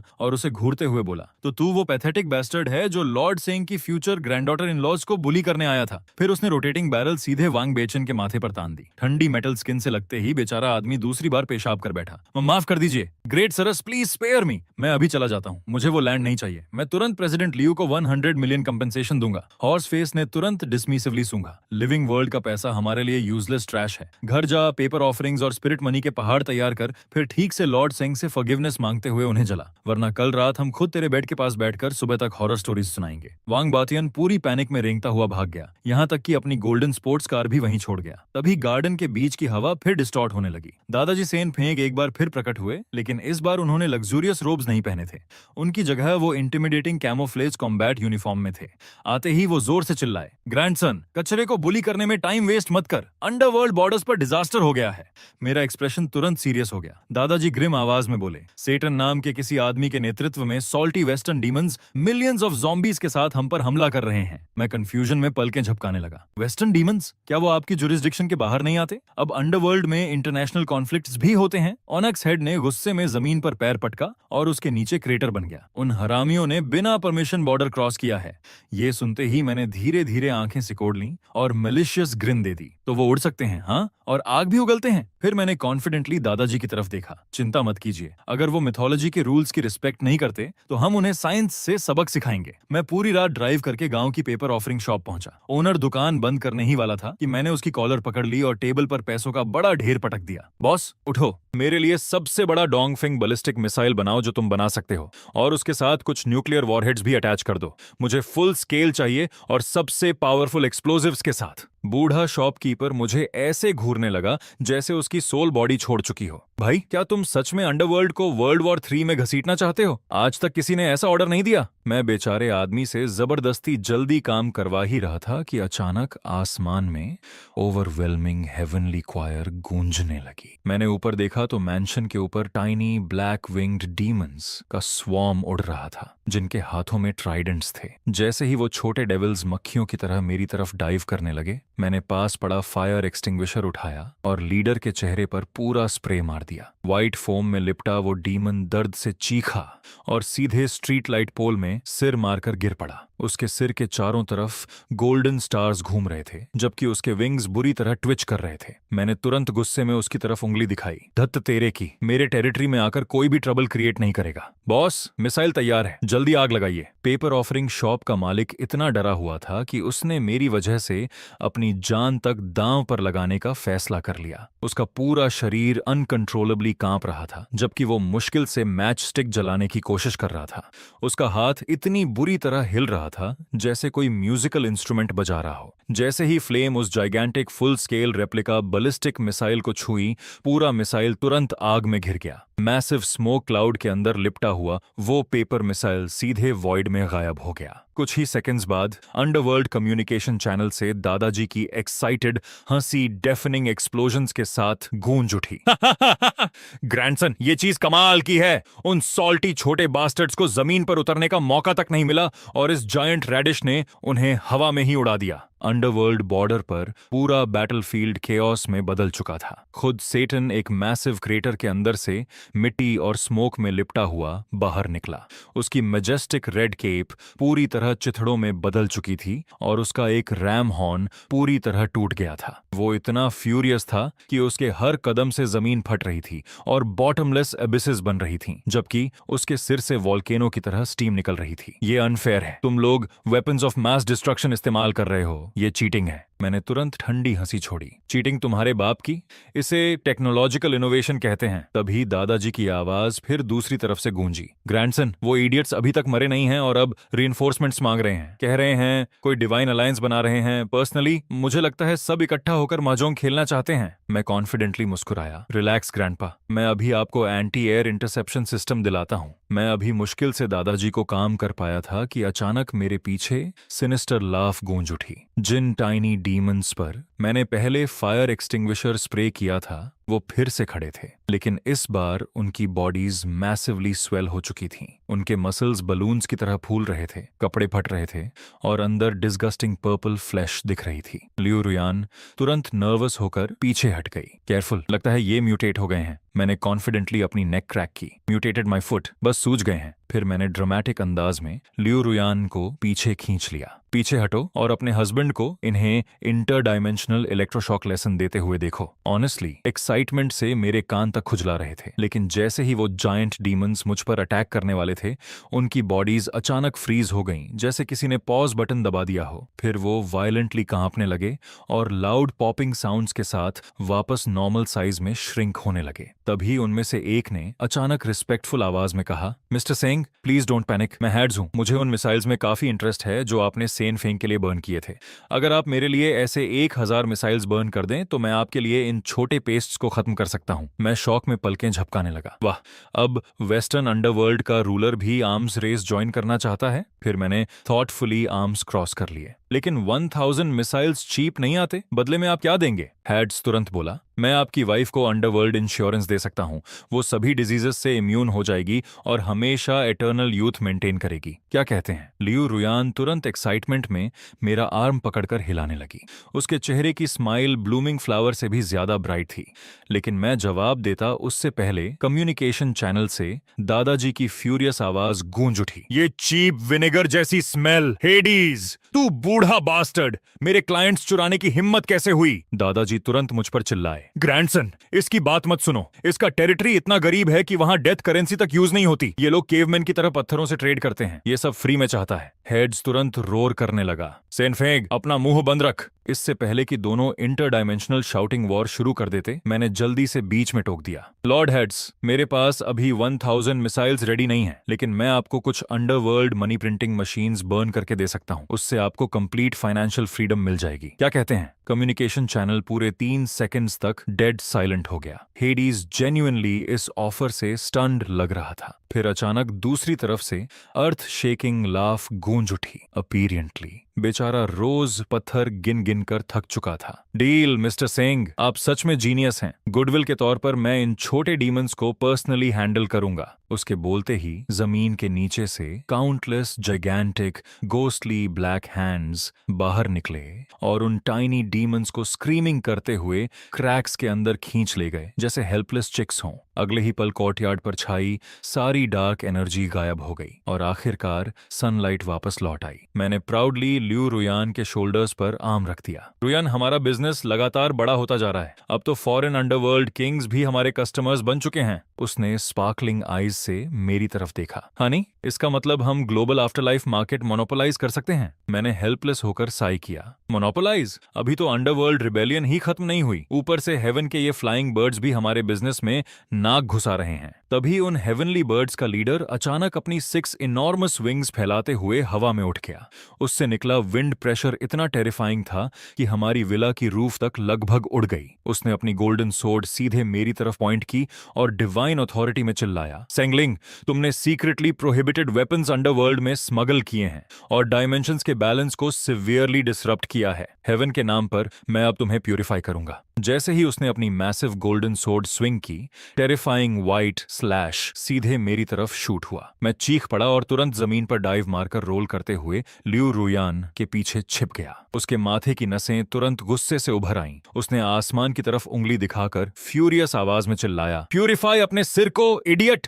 दिखाई नहीं दे रहा हम यहाँ हार्मोनियस अंडरवर्ल्ड बिल्ड करने में बिजी हैं? फिर उसने प्रोटेक्टिव अंदाज में मेरा आर्म पकड़ लिया और ऊपर देकर दोबारा चिल्लाई, अगर मेरे हस्बैंड को प्यूरिफाई करना है तो पहले उसके ग्रैंडफादर से परमिशन लेकर आओ। मैंने तुरंत स्पेशल फोर्सेस पेपर ऑफरिंग्स का मैसिव बंडल निकाला और जोर से चिल्लाया, ब्रदर ऑक्स, ब्रदर हॉर्स, हमारे गेस्ट्स का स्वागत करो। अगले ही इंस्टेंट ऑक्स हेड और हॉर्स फेस फिर से जमीन के अंदर से बाहर फट पड़े। लेकिन इस बार उन्होंने सिर्फ बुलेट प्रूफ वेस्ट्स ही नहीं पहने थे, बल्कि उनके हाथों में ब्लू अंडरवर्ल्ड एनर्जी से glowing 2 gigantic vulcan machine guns भी थीं। ऑक्स हेड ने 6 विंग्ड एंजल को घूरते हुए विशस ग्रिन दी। ये वाइल्ड चिकन कहां से आ गया? काफी एरोगेंट लग रहा है। हॉर्स फेस ने भूखे अंदाज में अपने लिप्स लिक किए। इन विंग्स का रोस्टेड टेस्ट शायद कमाल का होगा। चलो लॉर्ड सेंग के लिए हेवनली बारबेक्यू फीस्ट तैयार करते हैं। बिना एक और शब्द बोले उन दोनों इन्फर्नल गार्डियंस ने आसमान में तैर रही जाइगैंटिक वुडन हेवनली शिप पर हॉरिफाइंग बुलेट स्टॉर्म बरसा दिया। फायर पावर इतनी टेरिफाइंग थी कि गैब्रियल के पास आसमान में डेस्परेटली डोडज करने के अलावा कोई ऑप्शन ही नहीं बचा। उसकी जायंट गोल्डन स्वॉर्ड तक लगातार बैराज की वजह से हाथ से उड़ गई। उसके सिर से प्रैक्टिकली स्मोक निकल रहा था, जबकि वो मिड एयर में हिस्टेरिकली चीख रहा था, ये कैसी होली वेपन है? ये मेरी डिवाइन लाइट डिफेंसेस को पियर्स कैसे कर रही है? मैंने प्रॉडली आर्म्स क्रॉस किए और ग्रिन कर दिया। इसे मैक्सिम मशीन गन कहते हैं, खास तुम्हारे जैसे एरोगेंट इडियट्स का इलाज करने के लिए बनाई गई है। तभी अंडरवर्ल्ड कम्युनिकेशन चैनल से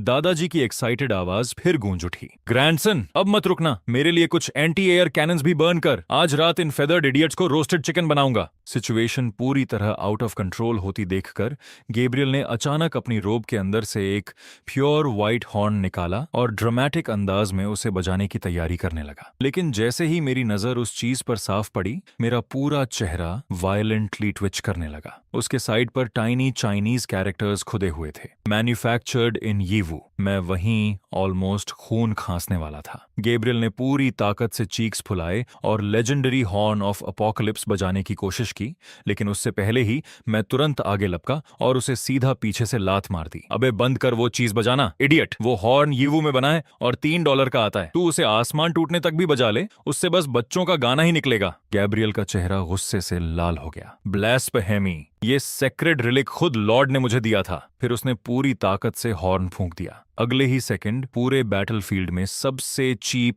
टॉय स्पीकर क्वालिटी के साथ टू लिटिल टाइगर्स की चीयरफुल इलेक्ट्रॉनिक मेलोडी गूंज उठी। पूरा एरिया इंस्टेंटली डेड साइलेंट हो गया। ऑक्स हेड और हॉर्स फेस तक एम्बैरेसमेंट में अपनी मशीन गन्स नीचे कर चुके थे। मैं डिसबिलीफ में गैब्रियल को घूरने लगा। तो ये हेवन का डिवाइन जजमेंट है, बच्चों का टॉय? गैब्रियल ह्यूमिलिएशन से स्कारलेट हो चुका था, लेकिन समहाउ चीजें और भी वर्स हो गईं। उसके पीछे हवा में तैर रही वुडन हेवनली शिप अचानक चीप इन्फ्लेटेबल टॉय की तरह एयर लीक करने लगी, फिर अनकंट्रोलेबली वॉबल करते हुए हमारे पीछे माउंटेन की तरफ क्रैश होने लगी। मैंने डीप साई लिया। मुझे पहले से पता था डिस्काउंट ऐप से खरीदी कोई भी चीज रिलायबल नहीं होती। फिर मैंने सिंपैथी के साथ गैब्रियल के शोल्डर पर हाथ रखा। चलो अब रोना बंद करो। सिंस तुम भी ऑनलाइन स्कैम्स के विक्टिम हो, मैं तुम्हें एडवाइस देता हूँ। प्रीमियम मर्चेंडाइज चाहिए तो मुझसे खरीदो। मेरे पास पेपर ऑफरिंग एयरक्राफ्ट कैरियर है जो उड़ता भी है और सबमरीन की तरह काम भी करता है, और वो भी अनबिलीवेबल प्राइस 9.90 में फ्री शिपिंग के साथ। जैसे ही गैब्रियल ने ये सुना, उसकी आंखें बल्ब की तरह चमक उठीं। लेकिन मैं अपना सेल्स पिच कंटिन्यू करता उससे पहले ही दादाजी की पैनिक्ड आवाज फिर मेरे कानों में फट पड़ी। ग्रैंडसन, एक सेकंड के लिए स्ट्रीट वेंडर बनना बंद कर। वो लूनाटिक सेटन पूरी तरह पागल हो चुका है। उसने हेल की डीपेस्ट पिट से टाइटन स्टैच्यू रिलीज कर दिया है। वो चीज हंड्रेड्स ऑफ मीटर्स टॉल है। उसका एक स्टॉम्प पूरा फेंगडू सिटी फ्लैटन कर सकता है। मेरा एक्सप्रेशन इंस्टेंटली सीरियस हो गया। Hundreds of meters? मैंने सिर झुकाकर जल्दी सोचना शुरू किया। तो ऑर्डिनरी मिसाइल्स शायद इनफ नहीं होंगे। तभी अचानक मेरी आंखें चमक उठीं। मैंने तुरंत लियू रुयान की तरफ मुड़कर कहा, हनी, कंपनी वेयरहाउस में ग्राउंड ब्रेकिंग सेरेमोनी के लिए जो जायंट एक्सकवेटर मॉडल रखा था, याद है? लियू रुयान एक सेकंड के लिए फ्रीज हो गई।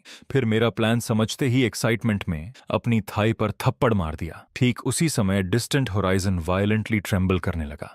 दूर स्काईलाइन के पार एक जाइगैंटिक पिच ब्लैक टाइटन धीरे धीरे क्रॉल करता हुआ दिखाई दिया, जिसके 9 हॉरिफाइंग हेड्स थे। उसका हर कदम मिनिएचर अर्थक्वेक पैदा कर रहा था। मैंने तुरंत आसपास वर्कर्स की तरफ चिल्लाया, मिसाइल्स भूल जाओ, वेयरहाउस से 20 मीटर जायंट एक्सकवेटर निकालो और उसे पेपर ऑफरिंग में कन्वर्ट करो। शवल टीथ के लिए रीइंफोर्स्ड स्टील प्लेटेड पेपर इस्तेमाल करना। मुझे सबसे हार्ड कार्डबोर्ड चाहिए और उसके अंदर सबसे पावरफुल इंजन इंस्टॉल करो। मैं पूरी पैनिक में सबको डायरेक्शंस देने लगा और सिर्फ 30 मिनट्स के अंदर समहाउ उन्होंने टेरिफाइंग जायंट एक्सकवेटर असेंबल कर दिया। मैंने बिना हेजिटेशन तुरंत ऑफरिंग फायर जला दी। Grandpa, catch this. मैं आपको दुनिया का ग्रेटेस्ट डेमोलिशन इक्विपमेंट भेज रहा हूं। मुझे फर्क नहीं पड़ता वो टाइटन है या जायंट स्टैच्यू, हम उसे रबल में बदल देंगे। थिक स्मोक का एक पिलर सीधे आसमान में उठ गया। दूसरी तरफ अंडरवर्ल्ड बैटलफील्ड में सेटन एरोगेंट अंदाज में टाइटन के शोल्डर पर बैठा मैनिएकली हंस रहा था और उसे फेंगडू सिटी की तरफ मार्च करने का ऑर्डर दे रहा था। लेकिन ठीक उसी मोमेंट मेटालिक लाइट से ग्लोइंग इनॉर्मस एक्सकवेटर अचानक आसमान से डिसेंड हुआ और सिटी गेट्स के सामने जोर से लैंड कर गया। सेटन ब्लैंक होकर उसे घूरने लगा। ये कैसा मॉन्स्टर है? इसके पास जायंट क्लॉ क्यों है? तुरंत बैटलफील्ड में दादाजी की एक्साइटेड लाफ्टर गूंज उठी।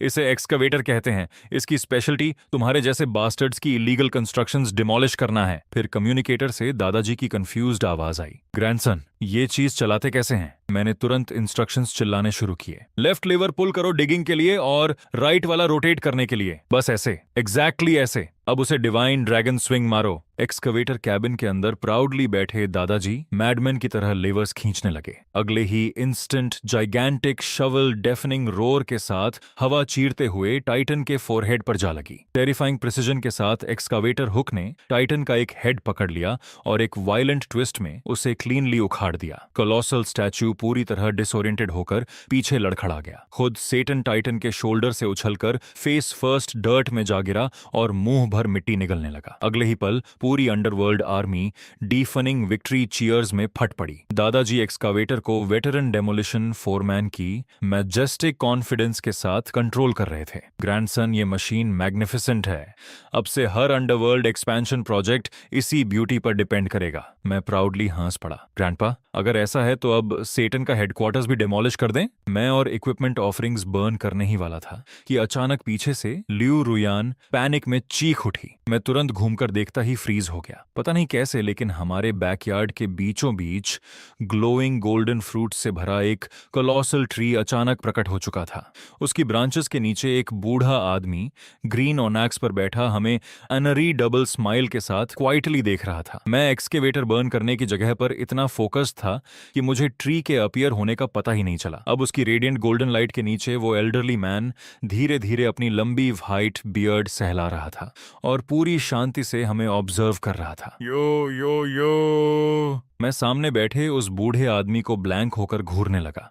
उसकी बियर्ड इतनी अब्सर्डली लंबी थी कि लगभग उसके पैरों को छू रही थी और उसके सिर के ऊपर व्हाइट स्मोक का फेंट हेलो तैर रहा था, बिल्कुल किसी कल्टीवेशन एनिमे वाले इमॉर्टल ऑरा की तरह। मैंने पास रखा ब्रूम कसकर पकड़ लिया और प्रोटेक्टिव अंदाज में रुयान के सामने खड़ा हो गया। ओए बूढ़े, तुम आखिर हो कौन? वो ट्री मेरी प्रॉपर्टी पर है, ये ट्रेसपासिंग है। अगर अभी नहीं गए तो मैं पुलिस बुला दूंगा। बूढ़ा आदमी बिल्कुल भी गुस्सा नहीं हुआ, उल्टा वो कामली हंस पड़ा और अपनी ड्राई वुडन कैन से जमीन पर हल्का टैप किया। अगले ही पल हमारे पैरों के नीचे की ग्रास कलरफुल फ्लावर्स के समंदर में बदल गई और उन्होंने मिलकर giant Chinese character for virtue बना दिया। मेरी स्कैल्प तुरंत नम हो गई। बूढ़ा कामली मुस्कुराया। इतना एजिटेटेड होने की जरूरत नहीं लिटिल फ्रेंड, मैं बस रास्ते से गुजर रहा था। मैंने इस ट्री की स्पिरिचुअल लाइट को सीधे हेवेंस तक उठते देखा, इसीलिए एक कप टी मांगने आ गया। तुम्हारा ये ट्री कोई ऑर्डिनरी चीज नहीं है, ये सीधे हेवनली रेल्म से कनेक्टेड सिग्नल टावर की तरह काम करता है और कोइंसिडेंस से यही मेरा लैंडिंग पॉइंट निकला। पता नहीं क्यों, लेकिन मेरी एटीट्यूड से बूढ़ा थोड़ा ऑफेंडेड लगने लगा, जैसे इरिटेशन में उसकी सांस अटक रही हो। उसकी बियर्ड प्रैक्टिकली नोज तक पफ हो गई और जब उसने गुस्से में जमीन पर पैर पटका तो वहां डीप क्रेटर बन गया। लेकिन मैं रिएक्ट करता उससे पहले ही वॉइड से दादाजी की आवाज फिर थंडर की तरह गूंज उठी।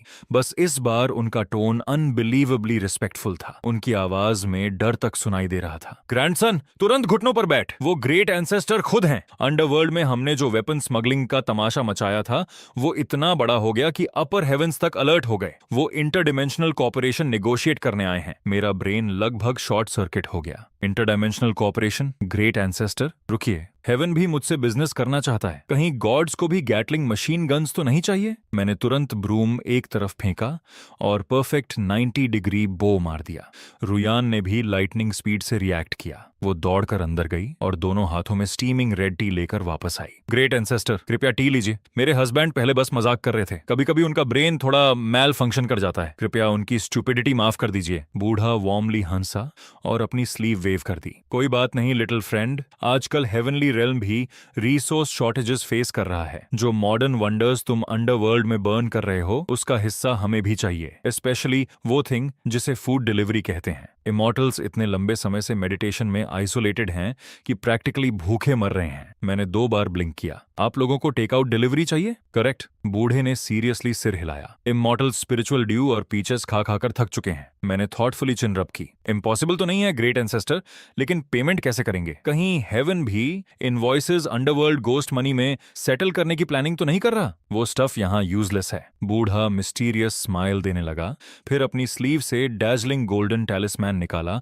और हवा में जेंटली वेव किया। अगर तुम हमारे लिए exclusive heavenly food delivery system burn कर दो तो मैं तुम्हें ये ट्रूथ टैलिस्मैन दूंगा। इसमें डेड को बोलने पर मजबूर करने और लिविंग को फॉर्चून तथा डिजास्टर फॉरसी करने की पावर है। मेरी आंखें तुरंत चमक उठीं। मैं अभी टैलिस्मैन ग्रैब करने ही वाला था कि अचानक पूरा बैकयार्ड वॉल डेफनिंग क्रैश के साथ एक्सप्लोड हो गया। थिक मेसी बियर्ड वाला जाइगेंटिक आदमी 2 इनॉर्मस बैटल एक्सेस लेकर कोर्टयार्ड में कूद पड़ा। उसने सीधे बूढ़े की तरफ पॉइंट किया और फ्यूरियस आवाज में गरजा, ओल्डली, मैं तुम्हें ये बिजनेस डील मोनोपोलाइज नहीं करने दूंगा। मैं बस ब्लैंक होकर उस जायंट एक्स वील्डिंग मॉन्स्टर को घूरता रह गया जो मेरे बैकयार्ड में घुस चुका था, जबकि मेरा ब्रेन धीरे धीरे मेल्ट हो रहा था। क्या गॉड्स के बीच अब बैकडोर से घुसना ट्रेंड बन गया है? जायंट ने दोनों एक्सेस जमीन में दे मारे। अगले ही सेकंड अर्थ दो मैसिव क्रैक्स में स्प्लिट हो गई और ट्रेमर इतना वायलेंट था कि पूरा यार्ड हिल गया। रुयान के हाथ में पकड़ा टी कप तक बैलेट परफॉर्म करने लगा। जायंट ने ओल्ड मैन की तरफ फ्यूरियस उंगली दिखाई। ओल्ड ली, क्या फिर से हेवन को लो क्वालिटी फूड से पॉइजन करने की कोशिश कर रहे हो? फिर उसने अचानक ब्राइट आईज के साथ मेरी तरफ देखा। किड सिंह, इसकी बात मत सुनो। मैं लुबान हूँ, हेवनली रीलम का चीफ इंजीनियरिंग मैनेजर। मैंने वो एक्सकावेटर देखा जो तुमने अंडरवर्ल्ड में बर्न किया था। फ्रैंकली स्पीकिंग, उसका डिजाइन क्रूड बियॉन्ड बिलीफ था। मेरे साथ काम करो, मैं तुम्हें फ्लाइंग पेपर टैंक्स बनाना सिखाऊंगा। मैंने उसके हाथों में पकड़ी जिगांटिक बैटल एक्सिस को देखा। तुम लुबान हो, लेजेंडरी मास्टर क्राफ्ट्समैन? समहाउ ये एक्सिस तुम्हें कारपेंटर कम और बर्सरकर ज्यादा दिखा रही हैं। ओल्ड ली तुरंत गुस्से में लूबन की तरफ उंगली दिखाने लगा। तुम शेमलेस कंस्ट्रक्शन फ्रॉड, मेरे बिजनेस में नाक क्यों घुसा रहे हो? लूबन भी वापस रोर करने लगा। सिंह अभी हेवन के इंफ्रास्ट्रक्चर इश्यूज सॉल्व करने वाला था, लेकिन तुम बीच में घुस आए। दोनों इमॉर्टल्स एक दूसरे को इतनी इंटेंसिटी से ग्लेयर कर रहे थे कि उनके सिर से उठती स्टीम प्रैक्टिकली हवा में जायंट सिंबल्स बना रही थी। मीनवाइल मैं अपने एचिंग टेंपल्स रब कर रहा था। मेरा सिर ऐसे दर्द कर रहा था जैसे मिसाइल सीधे उस पर गिरा हो। रुयान क्वाइटली मेरे पास झुकी और विस्पर किया, हनी क्या हो अगर हम ऑक्शन रख दें? जो ज्यादा पेमेंट करे उसे प्रायोरिटी सर्विस मिले। मैंने एक्साइटमेंट में तुरंत उसके हाथ पकड़ लिए। You are a genius my love. फिर मैंने थ्रोट क्लियर किया और दोनों फ्यूरियस इमॉर्टल्स की तरफ देखा। ऑलराइट रिस्पेक्टेड एंसेस्टर्स, लड़ाई बंद कीजिए। मैं आप दोनों के लिए चीजें बर्न कर सकता हूं, लेकिन अभी मुझे desperately intelligent automated paper factory चाहिए। इतने लंबे समय से हैंड क्राफ्टिंग पेपर ऑफरिंग्स कर रहा हूं कि हाथों में कैलसेस निकल आए हैं। लूबन की आंखें इंस्टेंटली चमक उठी। उसने तुरंत अपनी चेस्ट से एंशिएंट ग्लोइंग बुक निकाली और प्राउडली मेरी तरफ फेंक दी। सिंपल, मैं तुम्हें मैनुअल ऑफ 1000 डिवाइन मैकेनिज्म्स देता हूं। ठीक उसी मोमेंट वॉइड से दादाजी की एक्साइटेड आवाज फिर एक्सप्लोड हुई। ग्रैंडसन, मैं अभी अंडरवर्ल्ड का कमर्शियल डिस्ट्रिक्ट एक्सपैंड कर रहा हूं और अर्जेंटली ऐसी असेंबली लाइन चाहिए। Deal accepted. Old Luban, factory blueprints तुरंत भेज। आज रात मैं तुम्हें solar powered scorpion reconnaissance aircraft burn करके दूंगा। जैसे ही वो दो बूढ़े इमॉर्टल्स आखिरकार वहां से गए, तभी रुयान ने अचानक मेरी स्लीव कसकर पकड़ ली और बैकयार्ड में लगे गोल्डन ट्री की तरफ इशारा किया। सेंगलिन, पेड़ के फ्रूट्स को देखो, ये काले क्यों हो गए? मैंने तुरंत ऊपर देखा और मेरा पूरा शरीर जम गया। शाखाओं पर लटक रहे सुनहरे फ्रूट्स अब मोटे काले धुएं छोड़ रहे थे। तभी अचानक ट्री ट्रंक के अंदर से एक डरावनी हंसी गूंजी। एक आदमी काले क्लोक में लिपटा हुआ धीरे धीरे बाहर निकला और जमीन पर लंबी जंग लगी साइद घसीट रहा था। ब्लेड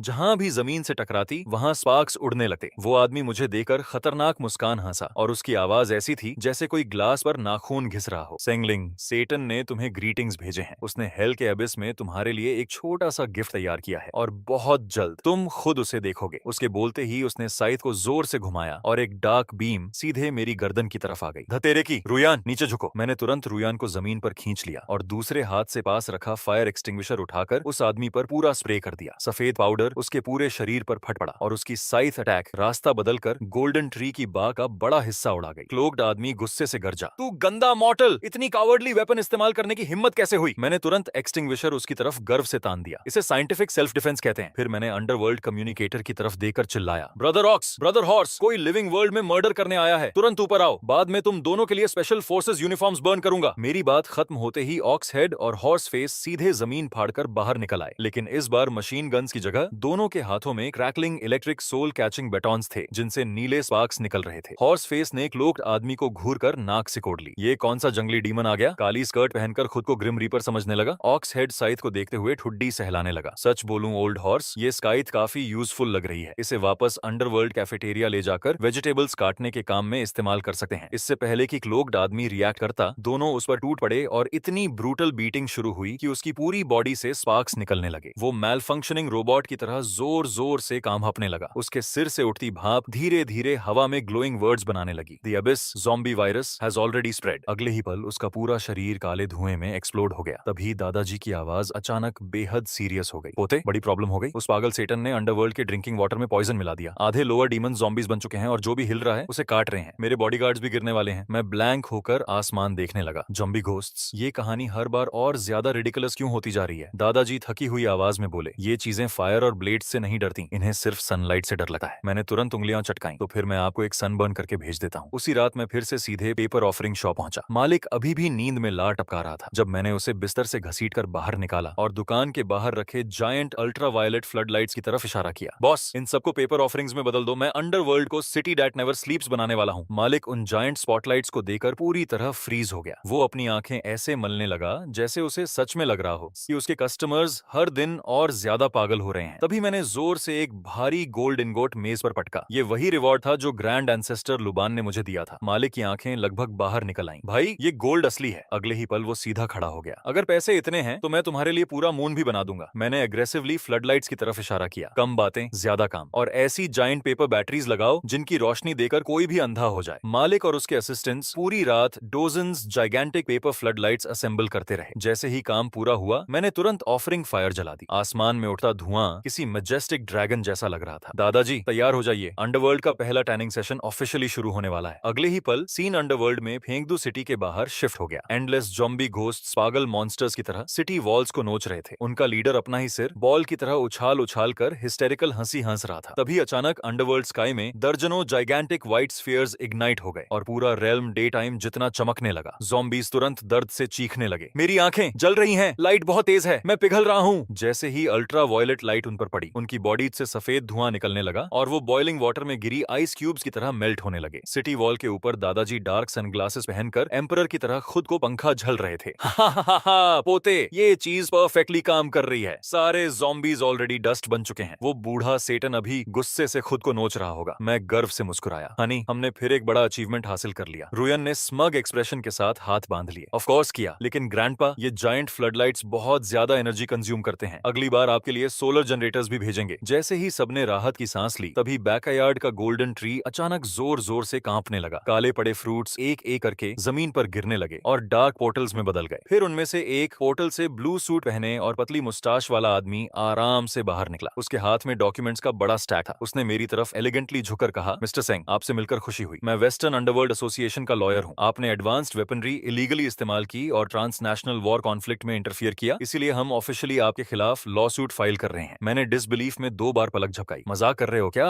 अब वॉर में मरने मारने के साथ लॉयर्स से भी डील करना पड़ेगा। उस आदमी ने ग्लासेस ठीक किए और लेंसेज पर ऑमिनस रिफ्लेक्शन चमक उठा। Mister Singh, international underworld convention के आर्टिकल 38 के अनुसार आपने बैटलफील्ड में lethal non magical weaponry supply की, जिससे वॉरफेयर की फेयरनेस को गंभीर नुकसान पहुंचा। इसीलिए आपको अंडरवर्ल्ड कोर्ट में ट्रायल के लिए हमारे साथ चलना होगा। मेरे माथे की नसें तुरंत फूल गईं। ट्रायल? मैंने कुछ जायंट लाइट बल्ब्स बर्न किए और अचानक क्रिमिनल बन गया। लेकिन जब तुम्हारे प्रेशियस सैटर्न ने पानी में पॉइजन मिलाया था तब तुम्हारे सारे लीगल एक्सपर्ट्स जस्टिस का लेक्चर देने कहां गए थे? गुस्से में मैंने इतना जोर से पैर पटका कि नीचे की फ्लोर टाइल टूटकर बिखर गई। लॉयर ने शांत चेहरे के साथ अपने सूट से सिल्वर गेवल निकाला और हवा में एक बार ठोक दिया। मिस्टर सैटर्न के एक्शंस बायोकेमिकल एक्सपेरिमेंटेशन क्लासिफाई किए गए थे। वो एकेडमिक रिसर्च के अंतर्गत आता है, लेकिन आपके एक्शंस ब्लांट स्मगलिंग माने जाएंगे। मैं लगभग गुस्से से फट पड़ा। ये पूरी तरह बकवास है। इतना शमेलेस डबल स्टैंडर्ड मैंने जिंदगी में नहीं देखा। तभी रुयान ने गुस्से में मेरी बांह पकड़ ली। हनी, इससे बात करके समय बर्बाद मत करो। ब्रदर ऑक्स और ब्रदर हॉर्स से कहो इसे उठाकर बाहर फेंक दें। जैसे ही बैलसिर और घोड़ा चेहरा आगे बढ़ने वाले थे तभी उस वकील ने अचानक अपने ब्रीफकेस से चमकता हुआ सुनहरा डॉक्यूमेंट निकाला और उसे हवा में ऊंचा उठाकर बोला, ये इंटरनेशनल अरेस्ट वारंट है जिस पर खुद भगवान और लॉर्ड यम के सिग्नेचर्स हैं। क्या तुम लोग आदेश मानने से इनकार करोगे? तभी जमीन के नीचे से दादाजी की गुस्से भरी दहाड़ गूंज उठी। बकवास, मैंने ऐसा कोई कागज साइन नहीं किया। पोते, ये साफ नकली है। मैं बस हाथ बांधकर ठंडी हंसी हंसा। ऑफिशियल डॉक्यूमेंट्स फौज कर रहे हो? दोस्त, तुम्हारे प्रोफेशनल स्टैंडर्ड्स काफी घटिया हैं। फिर मैंने सीधे वकील की तरफ उंगली उठाई। Brother ox, brother horse, fraud बहुत बड़ा क्राइम है। पहले इसे आधा मारो, फिर 18वें नरक में फेंक देना ताकि असली कानून पढ़ सके। मेरी बात सुनते ही बैल सिर और घोड़ा चेहरा उंगलियां चटकाते हुए डरावनी हंसी हंसने लगे और धीरे धीरे वकील को घेर लिया। लेकिन तभी उस वकील का चेहरा अचानक भयानक तरीके से मुड़ने लगा और उसका पूरा शरीर तेजी से फूलने लगा। उसका महंगा नीला सूट फटकर टुकड़ों में बिखर गया और अगले ही पल वो 3 सिर और 6 ताकतवर बाहों वाला डरावना मॉन्स्टर बन चुका था। उसके एक सिर ने दांत दिखाते हुए कहा, जब डिप्लोमेसी फेल हो गई तो अब हम सीधा ताकत इस्तेमाल करेंगे। सेंगलिंग, महान लॉर्ड सेटन ने कहा है कि अगर तुम्हें जिंदा पकड़ लिया गया तो पूरा अंडरवर्ल्ड उसका हो जाएगा। मैं लगभग खांस पड़ा। अब वकील भी ट्रांसफॉर्म होने लगे। मैंने तुरंत रुयान की तरफ मुड़कर चिल्लाया, जल्दी मेरी स्पेशल पीचवुड डीमन स्लेइंग स्वॉर्ड लाओ। रुयान भागते हुए अंदर गई और तलवार मेरी तरफ फेंक दी। लेकिन जैसे ही मैंने उसे देखा मेरा चेहरा जम गया। हैंडल पर लगा छोटा स्टिकर कमजोर रोशनी में ब्लिंक कर रहा था, लो बैटरी। उसी पल वो 6 बाहों वाला मॉन्स्टर मेरी तरफ झपटा। उसके सड़े हुए मांस की बदबू से मुझे वहीं उल्टी आने वाली थी। लेकिन ठीक उसी क्राइसिस के बीच मेरे दिमाग में अचानक एक जबरदस्त आइडिया आया। मुझे अपनी पॉकेट में रखा अल्ट्रा कैपेसिटी पावर बैंक याद आ गया और मैंने जोर से अपनी जांघ पर हाथ मारा। रुयान, जल्दी फास्ट चार्जिंग केबल दो। इस तलवार को स्पेशल अटैक चलाने के लिए एक्सटर्नल पावर चाहिए। रुयान घबराकर अपने हैंडबैग में खोजने लगी और आखिरकार तार केबल निकालकर सीधे स्वॉर्ड के हैंडल में लगा दी। क्लिक। अगले ही पल पीचवुड स्वॉर्ड से कान फाड़ देने वाली इलेक्ट्रिक चीख निकली और पूरी ब्लेड चमकती हुई बैंगनी लाइटनिंग से ढक गई। बिजली के झटके से मेरे बाल गुस्से में खड़े साही जैसे सीधे ऊपर खड़े हो गए। 6 बाहों वाला मॉन्स्टर मजाक उड़ाते हुए गरजा, तुम सोचते हो पोर्टेबल चार्जर मुझे रोक देगा? मैं कोई वॉइस कंट्रोल्ड लाइट बल्ब हूँ क्या? मैंने चमकती हुई तलवार उसकी तरफ तान दी और खतरनाक मुस्कान के साथ बोला, ये 50,000 मिलियम्प फास्ट चार्जिंग है हरामी, अब करंट खा। मैंने पीचवुड स्वॉर्ड को ऊपर उठाकर सीधे उसकी तरफ डेडी स्वीपिंग स्ट्राइक छोड़ा। पलक झपकते ही ब्लेड से निकला विशाल लाइटनिंग ब्लास्ट उसके पेट में जाकर टकराया। इम्पैक्ट इतना जोरदार था कि वो हेलीकॉप्टर की तरह हवा में घूमता हुआ दूर जा गिरा। उसके शरीर से काला धुआं निकलने लगा और उसके सिर के ऊपर उठती भाप ने हवा में एक चमकता हुआ शब्द बना दिया, पेन। बैल सिर शॉक्ड होकर बोला, धतेरे की, ये चीज अंडरवर्ल्ड ट्राइब्यूलेशन से भी ज्यादा खतरनाक है। घोड़ा चेहरा गंभीर होकर सिर हिलाने लगा। लगता है अब से घोस्ट पकड़ने जाते वक्त पावर बैंक भी साथ रखना पड़ेगा। फिर उसने जमीन पर लौट रहे मॉन्स्टर की तरफ इशारा किया, ओल्ड ऑक्स, इस वकील को देख, पूरा रोस्ट होकर काला पड़ गया है। सही रहेगा अगर दादाजी इसे बारबेक्यू बना लें। वो मॉन्स्टर वकील दर्द भरी चीख मारते हुए वापस इंसानी रूप में सिकुड़ गया और टेल दबाकर टेलीपोर्टेशन पोर्टल के अंदर भाग गया। मैंने माथे का पसीना पोंछा और थकर सोफा पर गिर पड़ा। तभी जमीन के नीचे से दादाजी जोर जोर से हंसने लगे। पोते, शानदार काम। ये इलेक्ट्रिक पीचवुड स्वॉर्ड सच में डायमेंशन डिफाइंग आर्टिफैक्ट है। बाद में मैं अंडरवर्ल्ड में इस्तेमाल करने के लिए इसका प्रॉपर स्कैबर बनवाऊंगा। मैंने थकी आवाज में कराहते हुए कहा, कृपया मुझे और समस्याएं मत दो। ये चीज बहुत ज्यादा बिजली खाती है। अब शायद मुझे आपके लिए सोलर पैनल भी ढूंढना पड़ेगा। लेकिन दादाजी की अगली बात सुनकर मुझे लगभग स्ट्रोक आने वाला था। वो कमीना सैटर्न अब 3 सिर वाला हेलहॉन्ड बुला चुका है और उसी रात मैं पूरे रेजिडेंशियल डिस्ट्रिक्ट से हाई वोल्टेज इलेक्ट्रिकल इक्विपमेंट उखाड़ने में लगा हुआ था, जबकि बर्ड शॉप वाला मालिक भी मेरे साथ पूरी रात इमरजेंसी प्रोजेक्ट में फंसा हुआ था। मैंने लाल आंखों से इलेक्ट्रीशियंस मैनुअल की तरफ इशारा करते हुए कहा, मुझे giant electric dog catching clamps की डजन्स फुल स्केल रेप्लिका चाहिए। मालिक मैनुअल को ऐसे घूर रहा था जैसे उसकी आंखें बाहर निकल जाएंगी। भाई, तुम्हारे ऑर्डर्स हर बार ज्यादा प्रोफेशनल होते जा रहे हैं। पहले मिसाइल्स, अब जायंट डॉग क्लैंप्स। क्या अंडरवर्ल्ड में पेट शॉप्स खोलना नया ट्रेंड बन गया है? मैंने तुरंत मेज पर हाथ पटका। बकवास बंद करो। उस कुत्ते के 3 सिर हैं। क्लैंप्स बहुत बड़े बनाओ और उन पर हाई वोल्टेज वार्निंग साइंस लगाओ। अंदर सबसे पावरफुल कैपेसिटर्स भरो। अगर हम उसे इलेक्ट्रोक्यूट नहीं कर पाए तो खत्म हो जाएंगे। मालिक ने घबराकर निगल लिया और तुरंत काम में लग गया। थोड़ी देर बाद मैंने खुद ऑफरिंग फायर जलाई। दर्जनों विशाल पेपर इलेक्ट्रिक लैंप्स धुएं के साथ उड़ते हुए सीधे अंडरवर्ल्ड की तरफ चले गए। अगले ही पल सीन फिर बदल गया और फेंगदू सिटी के बाहर बैटलफील्ड दिखाई देने लगा। पहाड़ जितना विशाल काला हेलहाउंड शहर की तरफ दौड़ रहा था और उसके तीनों मुंहों से जायंट फायरबॉल्स निकल रहे थे। उसकी दहाड़ से शहर की दीवारें कांपते हुए टूटने लगीं। दादाजी दीवार के ऊपर गर्व से खड़े थे और आगे इशारा करते हुए गरजे, बदतमीज जानवर, थंडर टेक्नोलॉजी और गोस्ट सोल्जर्स की ताकत देख, क्लैंप्स छोड़ दो। उनके आदेश के साथ सिक्योरिटी गार्ड यूनिफॉर्म्स पहने गोस्ट सोल्जर्स दीवारों पर लाइन बनाकर खड़े हो गए और सबके हाथों में मेरे भेजे हुए जायंट इलेक्ट्रिक लैंप्स थे। जैसे ही हेलहॉन्ड छलांग लगाकर उनकी तरफ आया, सारे सोल्जर्स ने एक साथ मूव किया। क्लैक। विशाल क्लैंप्स एक साथ उसके तीनों गलों पर बंद हो गए। ज्यादा मत जलाना, दादाजी चिल्लाए, उसका फर जल रहा है। लेकिन तब तक बहुत देर हो चुकी थी। हजारों वोल्ट्स सीधे हेलहॉन्ड के शरीर में दौड़ चुके थे। वो विशाल दानव पागलों की तरह उछलने लगा और उसके तीनों सिर आपस में टकराने लगे, जबकि उसकी आंखों के चारों तरफ तारे घूम रहे थे। उसके शरीर से उठती भाप ने हवा में एक चमकता हुआ शब्द बना दिया, डिजी। दादाजी हिस्टेरिकल हंसी हंसने लगे। हा हा हा, पोते, कमाल कर दिया। ये जायंट ब्लैक डॉग अब पालतू पपी जितना ओबीडियंट हो गया है। इसकी पूंछ देख कैसे हिला रहा है। मैं गर्व से मुस्कुराया। दादाजी, अब जब ये ओबीडियंट हो गया है तो इसे अंडरवर्ल्ड के गेट्स गार्ड करने दो। अगर कोई ट्रबल करे तो तुरंत इस कुत्ते को छोड़ देना। वो फॉरेन डीमन जरूर कुछ प्लान कर रहे हैं। और तभी अचानक फ्लॉलेस ब्लैक टक्सीडो पहने एक पीला वेस्टर्न एमिसरी मेरी कोर्टयार्ड में रहस्यमयी तरीके से प्रकट हुआ। उसके हाथ में एलिगेंट केन थी। वो झुकर बोला, मिस्टर सेंग, लॉर्ड सेटन आपको अपनी सिंसियरेस्ट ग्रीटिंग्स भेजते हैं। अगर आप सिर्फ सेनफिंग के लिए वेपन्स बर्न करना बंद कर दें तो मॉर्टल वर्ल्ड में आपको जिंदगी भर इमेंस वेल्थ और प्रॉस्पेरिटी मिलेगी। मैंने ठंडी सांस छोड़कर नाक सिकोड़ ली। सिंसियरेस्ट ग्रीटिंग्स सुनने में तो ऐसा लग रहा है जैसे सब कुछ चाहिए लेकिन बदले में कुछ देना नहीं चाहते। फिर मैंने शांत होकर रुयान की तरफ देखा। हनी, हमारे लीगल डिपार्टमेंट को बुलाओ ताकि ये जेंटलमैन से नेगोशिएशन कर सकें। मैं हल्का मुस्कुराया। और लीगल डिपार्टमेंट से मेरा मतलब ऑब्वियसली ब्रदर ऑक्स और ब्रदर हॉर्स हैं। अगले ही पल 2 विशाल आकृतियां शैडोज से बाहर निकली। दोनों स्पॉटलेस ब्लैक सूट्स और सनग्लासेस पहने हुए थे, जबकि उनके भारी ब्रीफ केसेस ईंटों से भरे हुए थे। उन्हें देखते ही एमिसरी के पैर कांपने लगे। बेलसिर ने सनग्लासेस ठीक करते हुए ठंडी आवाज में कहा, सबसे पहले प्रपोजल सुनने के लिए मल्टी बिलियन डिपॉजिट लगेगा। घोड़ा चेहरा एमिसरी की नेकटाई को घूरते हुए बोला, ओल्ड ऑक्स, इसकी टाई काफी सॉफ्ट लग रही है। दादाजी के जूते साफ करने के लिए परफेक्ट रहेगी। डरा हुआ एमिसरी पीछे लड़खड़ाकर हट गया और उसकी केन जमीन पर गिर गई। लेकिन उससे पहले कि कोई कुछ और बोलता, जमीन की गहराइयों से दादाजी की आवाज टेरिफाइंग किलिंग इंटेंट के साथ गूंज उठी, पोते, इन पर भरोसा मत करना। उन बेवकूफों ने समिट लोकेशन पर 100,000 फॉलन एंजल्स के साथ एम्बुश तैयार किया है। वो बस तुम्हारे मरने का इंतजार कर रहे हैं। मेरे चेहरे पर धीरे धीरे ठंडी मुस्कान फैल फैल गई। एम्बुश, हाँ? मैंने जोर से अपनी उंगलियां चटकाई। तो फिर हम भी फुल स्केल काउंटर अटैक करेंगे। फिर मैंने कांपते हुए एमिसरी की तरफ देखा। मिस्टर एमिसरी, वापस जाकर सेटन से कहना कि मैं समिट में समय पर पहुंचूंगा। फिर मैं हल्के अंधेरे अंदाज में मुस्कुराया, लेकिन मैं बहुत डरपोक इंसान हूँ, इसीलिए अपने साथ कुछ बॉडीगार्ड्स लेकर आना पसंद करता हूँ। जैसे ही मैं समिट के एंट्रेंस पर पहुंचा, एक गार्ड आगे बढ़ा और सम्मान से बोला, मिस्टर सिंह, समिट के रूल्स के अनुसार आप सिर्फ 2 कंपेनियंस ला सकते हैं, पूरी आर्मी अंदर नहीं जा सकती। मैंने हल्की हंसी छोड़ी और अपनी स्लीव्स ठीक करते हुए जवाब दिया,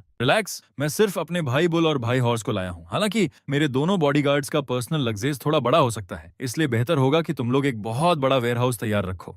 ठीक उसी समय दादाजी के मैजिकल आर्टिफैक्ट की मदद से मैंने लिविंग वर्ल्ड के स्पेशल फोर्सेस ट्रेनिंग मैनुअल्स और हजारों टैक्टिकल पेपर हेलमेट्स सीधे अंडरवर्ल्ड में भेज दिए। दादाजी, रिसीव कीजिए, ये हमारी अंडरवर्ल्ड ड्रैगन स्क्वाड का स्पेशल इक्विपमेंट है। ब्रदर बुल और ब्रदर हॉर्स को लीड करने दीजिए और ऐसी आर्मी ट्रेन कराइए जो सबसे कठिन बैटल्स लड़ सके। हमारे परिवार की इज्जत खराब नहीं होनी चाहिए। अगले ही पल सीन अंडरवर्ल्ड ट्रेनिंग ग्राउंड्स में बदल गया, जहां हजारों स्पेक्ट्रल सोल्जर्स मिट्टी में रेंग रहे थे और उनके चेहरों पर काला कैमोफ्लेज पेंट लगा हुआ था। बुल ने लाल आर्म बैंड पहन रखा था और मेगाफोन पकड़कर इतनी जोर से चिल्ला रहा था कि उसका गला बैठने वाला था।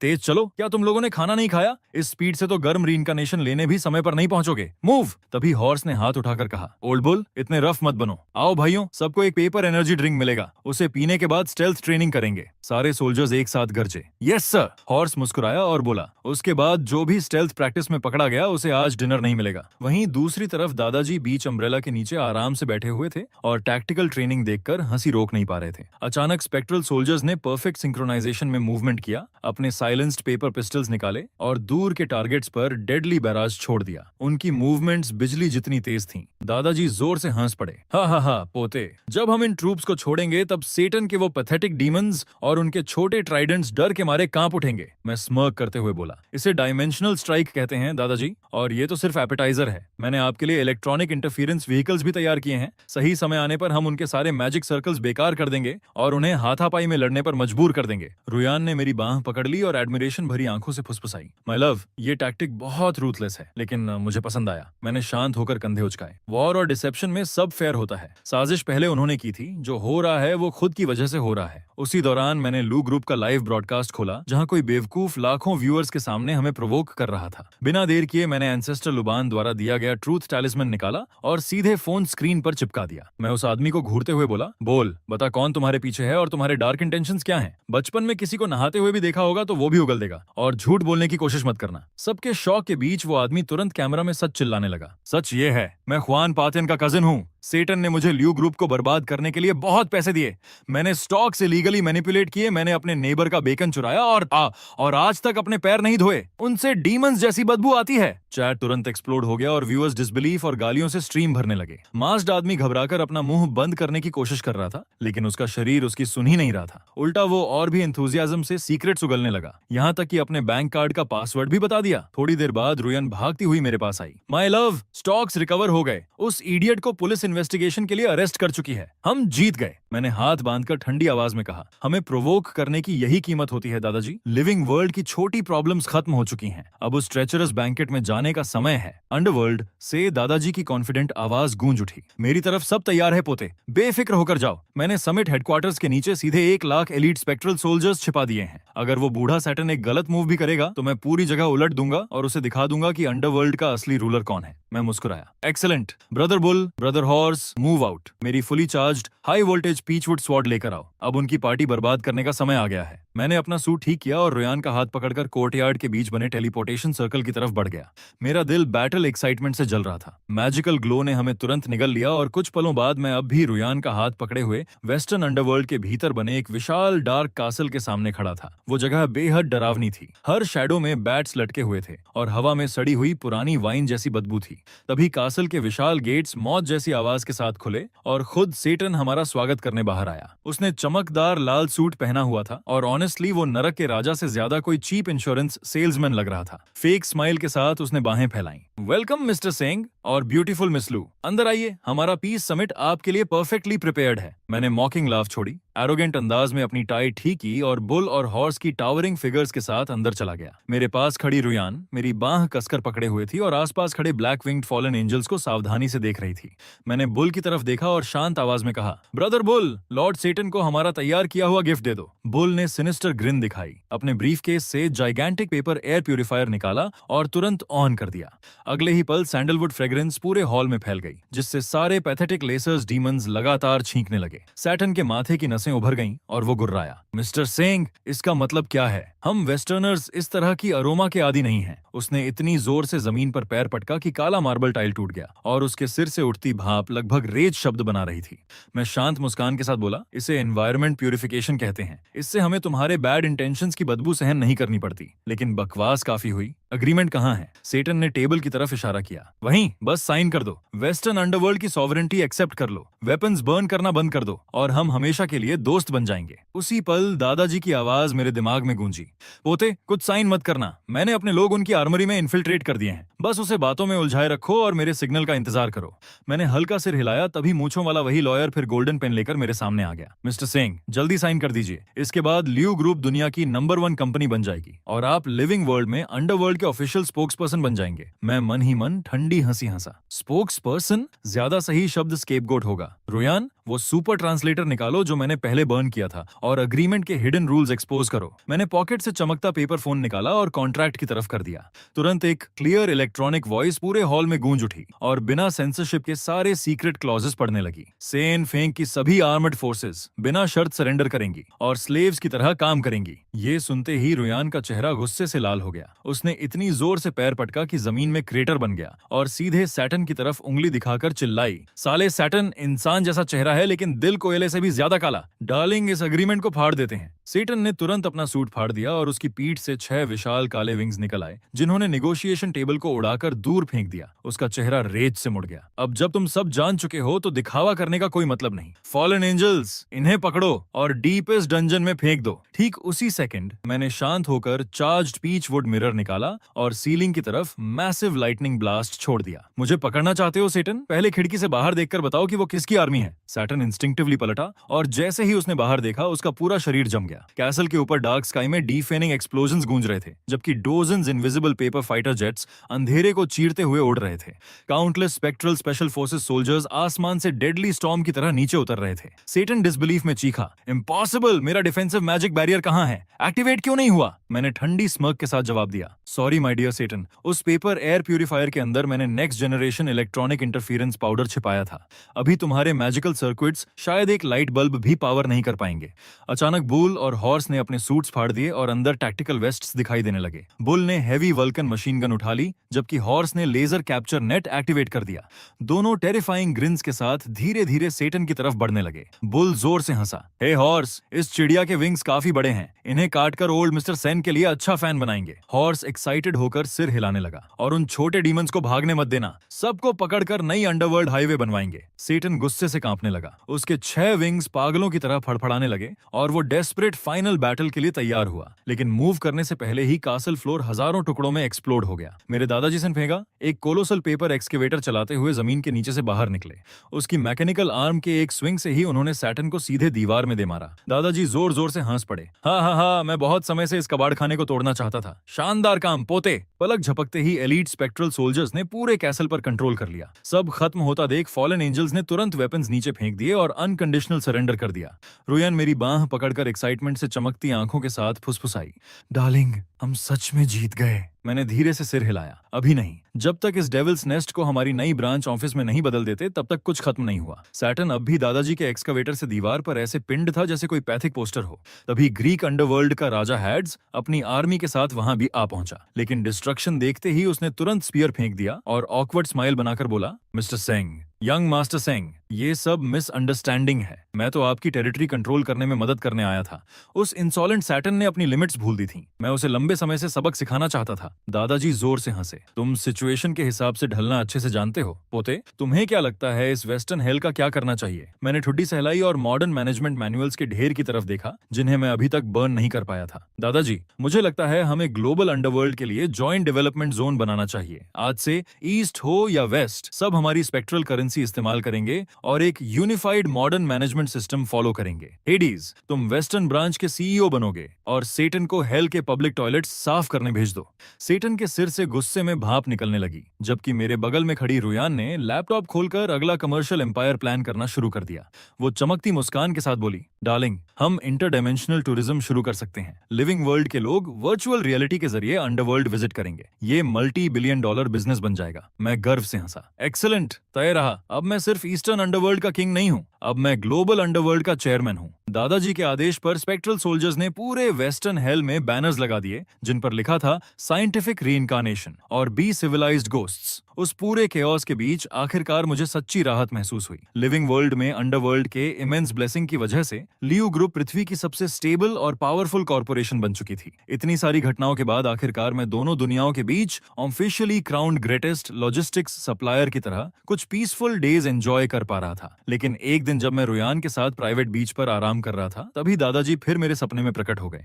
पोते, तुम आजकल बहुत बिजी हो गए हो। मैंने अंडरवर्ल्ड में स्पेस एक्सप्लोरेशन प्रोजेक्ट शुरू किया है, इसलिए जल्दी से कुछ स्पेस शिप्स बर्न करके भेजो। मैं उन्हें बिना कुछ बोले घूरता रह गया। दादाजी, आपकी एम्बिशंस की सच में कोई लिमिट नहीं बची। अंडरवर्ल्ड काफी नहीं था क्या? अब एलियंस को भी टेरराइज करना है? भले ही मैं कंप्लेन कर रहा था, लेकिन अगले ही पल मैंने कार स्टार्ट की और विलेज पेपर ऑफरिंग शॉप की तरफ निकल पड़ा। मालिक, जो अब तक मेरा एक्सक्लूसिव डिजाइनर बन चुका था, मुझे देखते ही कई इनॉर्मस एरोस्पेस मॉडल्स निकाल लाया। बॉस सिंह, इस बार मार्स जा रहे हैं या मून? देखिए, मैंने आपके लिए फुल पेपर स्पेस स्टेशन भी बनाया है। Guaranteed perfect scale replica. मैंने बिना हेजिटेशन हाथ हिलाया। सब ले लूंगा। और कुछ हैंडसम पेपर एस्ट्रोनॉट्स भी बना दो ताकि वो दादाजी के लेफ्टिनेंट्स बन सकें। जैसे जैसे फ्लेम्स आसमान में उठी, एंडलेस मॉडर्न इक्विपमेंट लगातार अंडरवर्ल्ड भेजा जाने लगा। रुयान मेरे पास आई, उसने मेरी बांह पकड़ ली और हल्की मुस्कान के साथ बोली, थैंक यू डार्लिंग, मुझे बिल्कुल अलग दुनिया दिखाने के लिए धन्यवाद। मैंने जलती हुई आग की तरफ देखते हुए शांत आवाज में जवाब दिया, माय लव, ये तो सिर्फ शुरुआत है। जब तक मैं यहाँ हूँ, हमारा परिवार लिविंग वर्ल्ड पर राज करेगा और मेरे दादाजी आफ्टर लाइफ से पूरे यूनिवर्स को जीत लेंगे। और धीरे धीरे आखिरी सीन फेड होने लगा, जहाँ मेरे दादाजी फुल स्पेस सूट पहनकर पेपर लूनर रोवर के ऊपर गर्व से खड़े थे, जैसे अब वो खुद सितारों को जीतने निकल पड़े हों।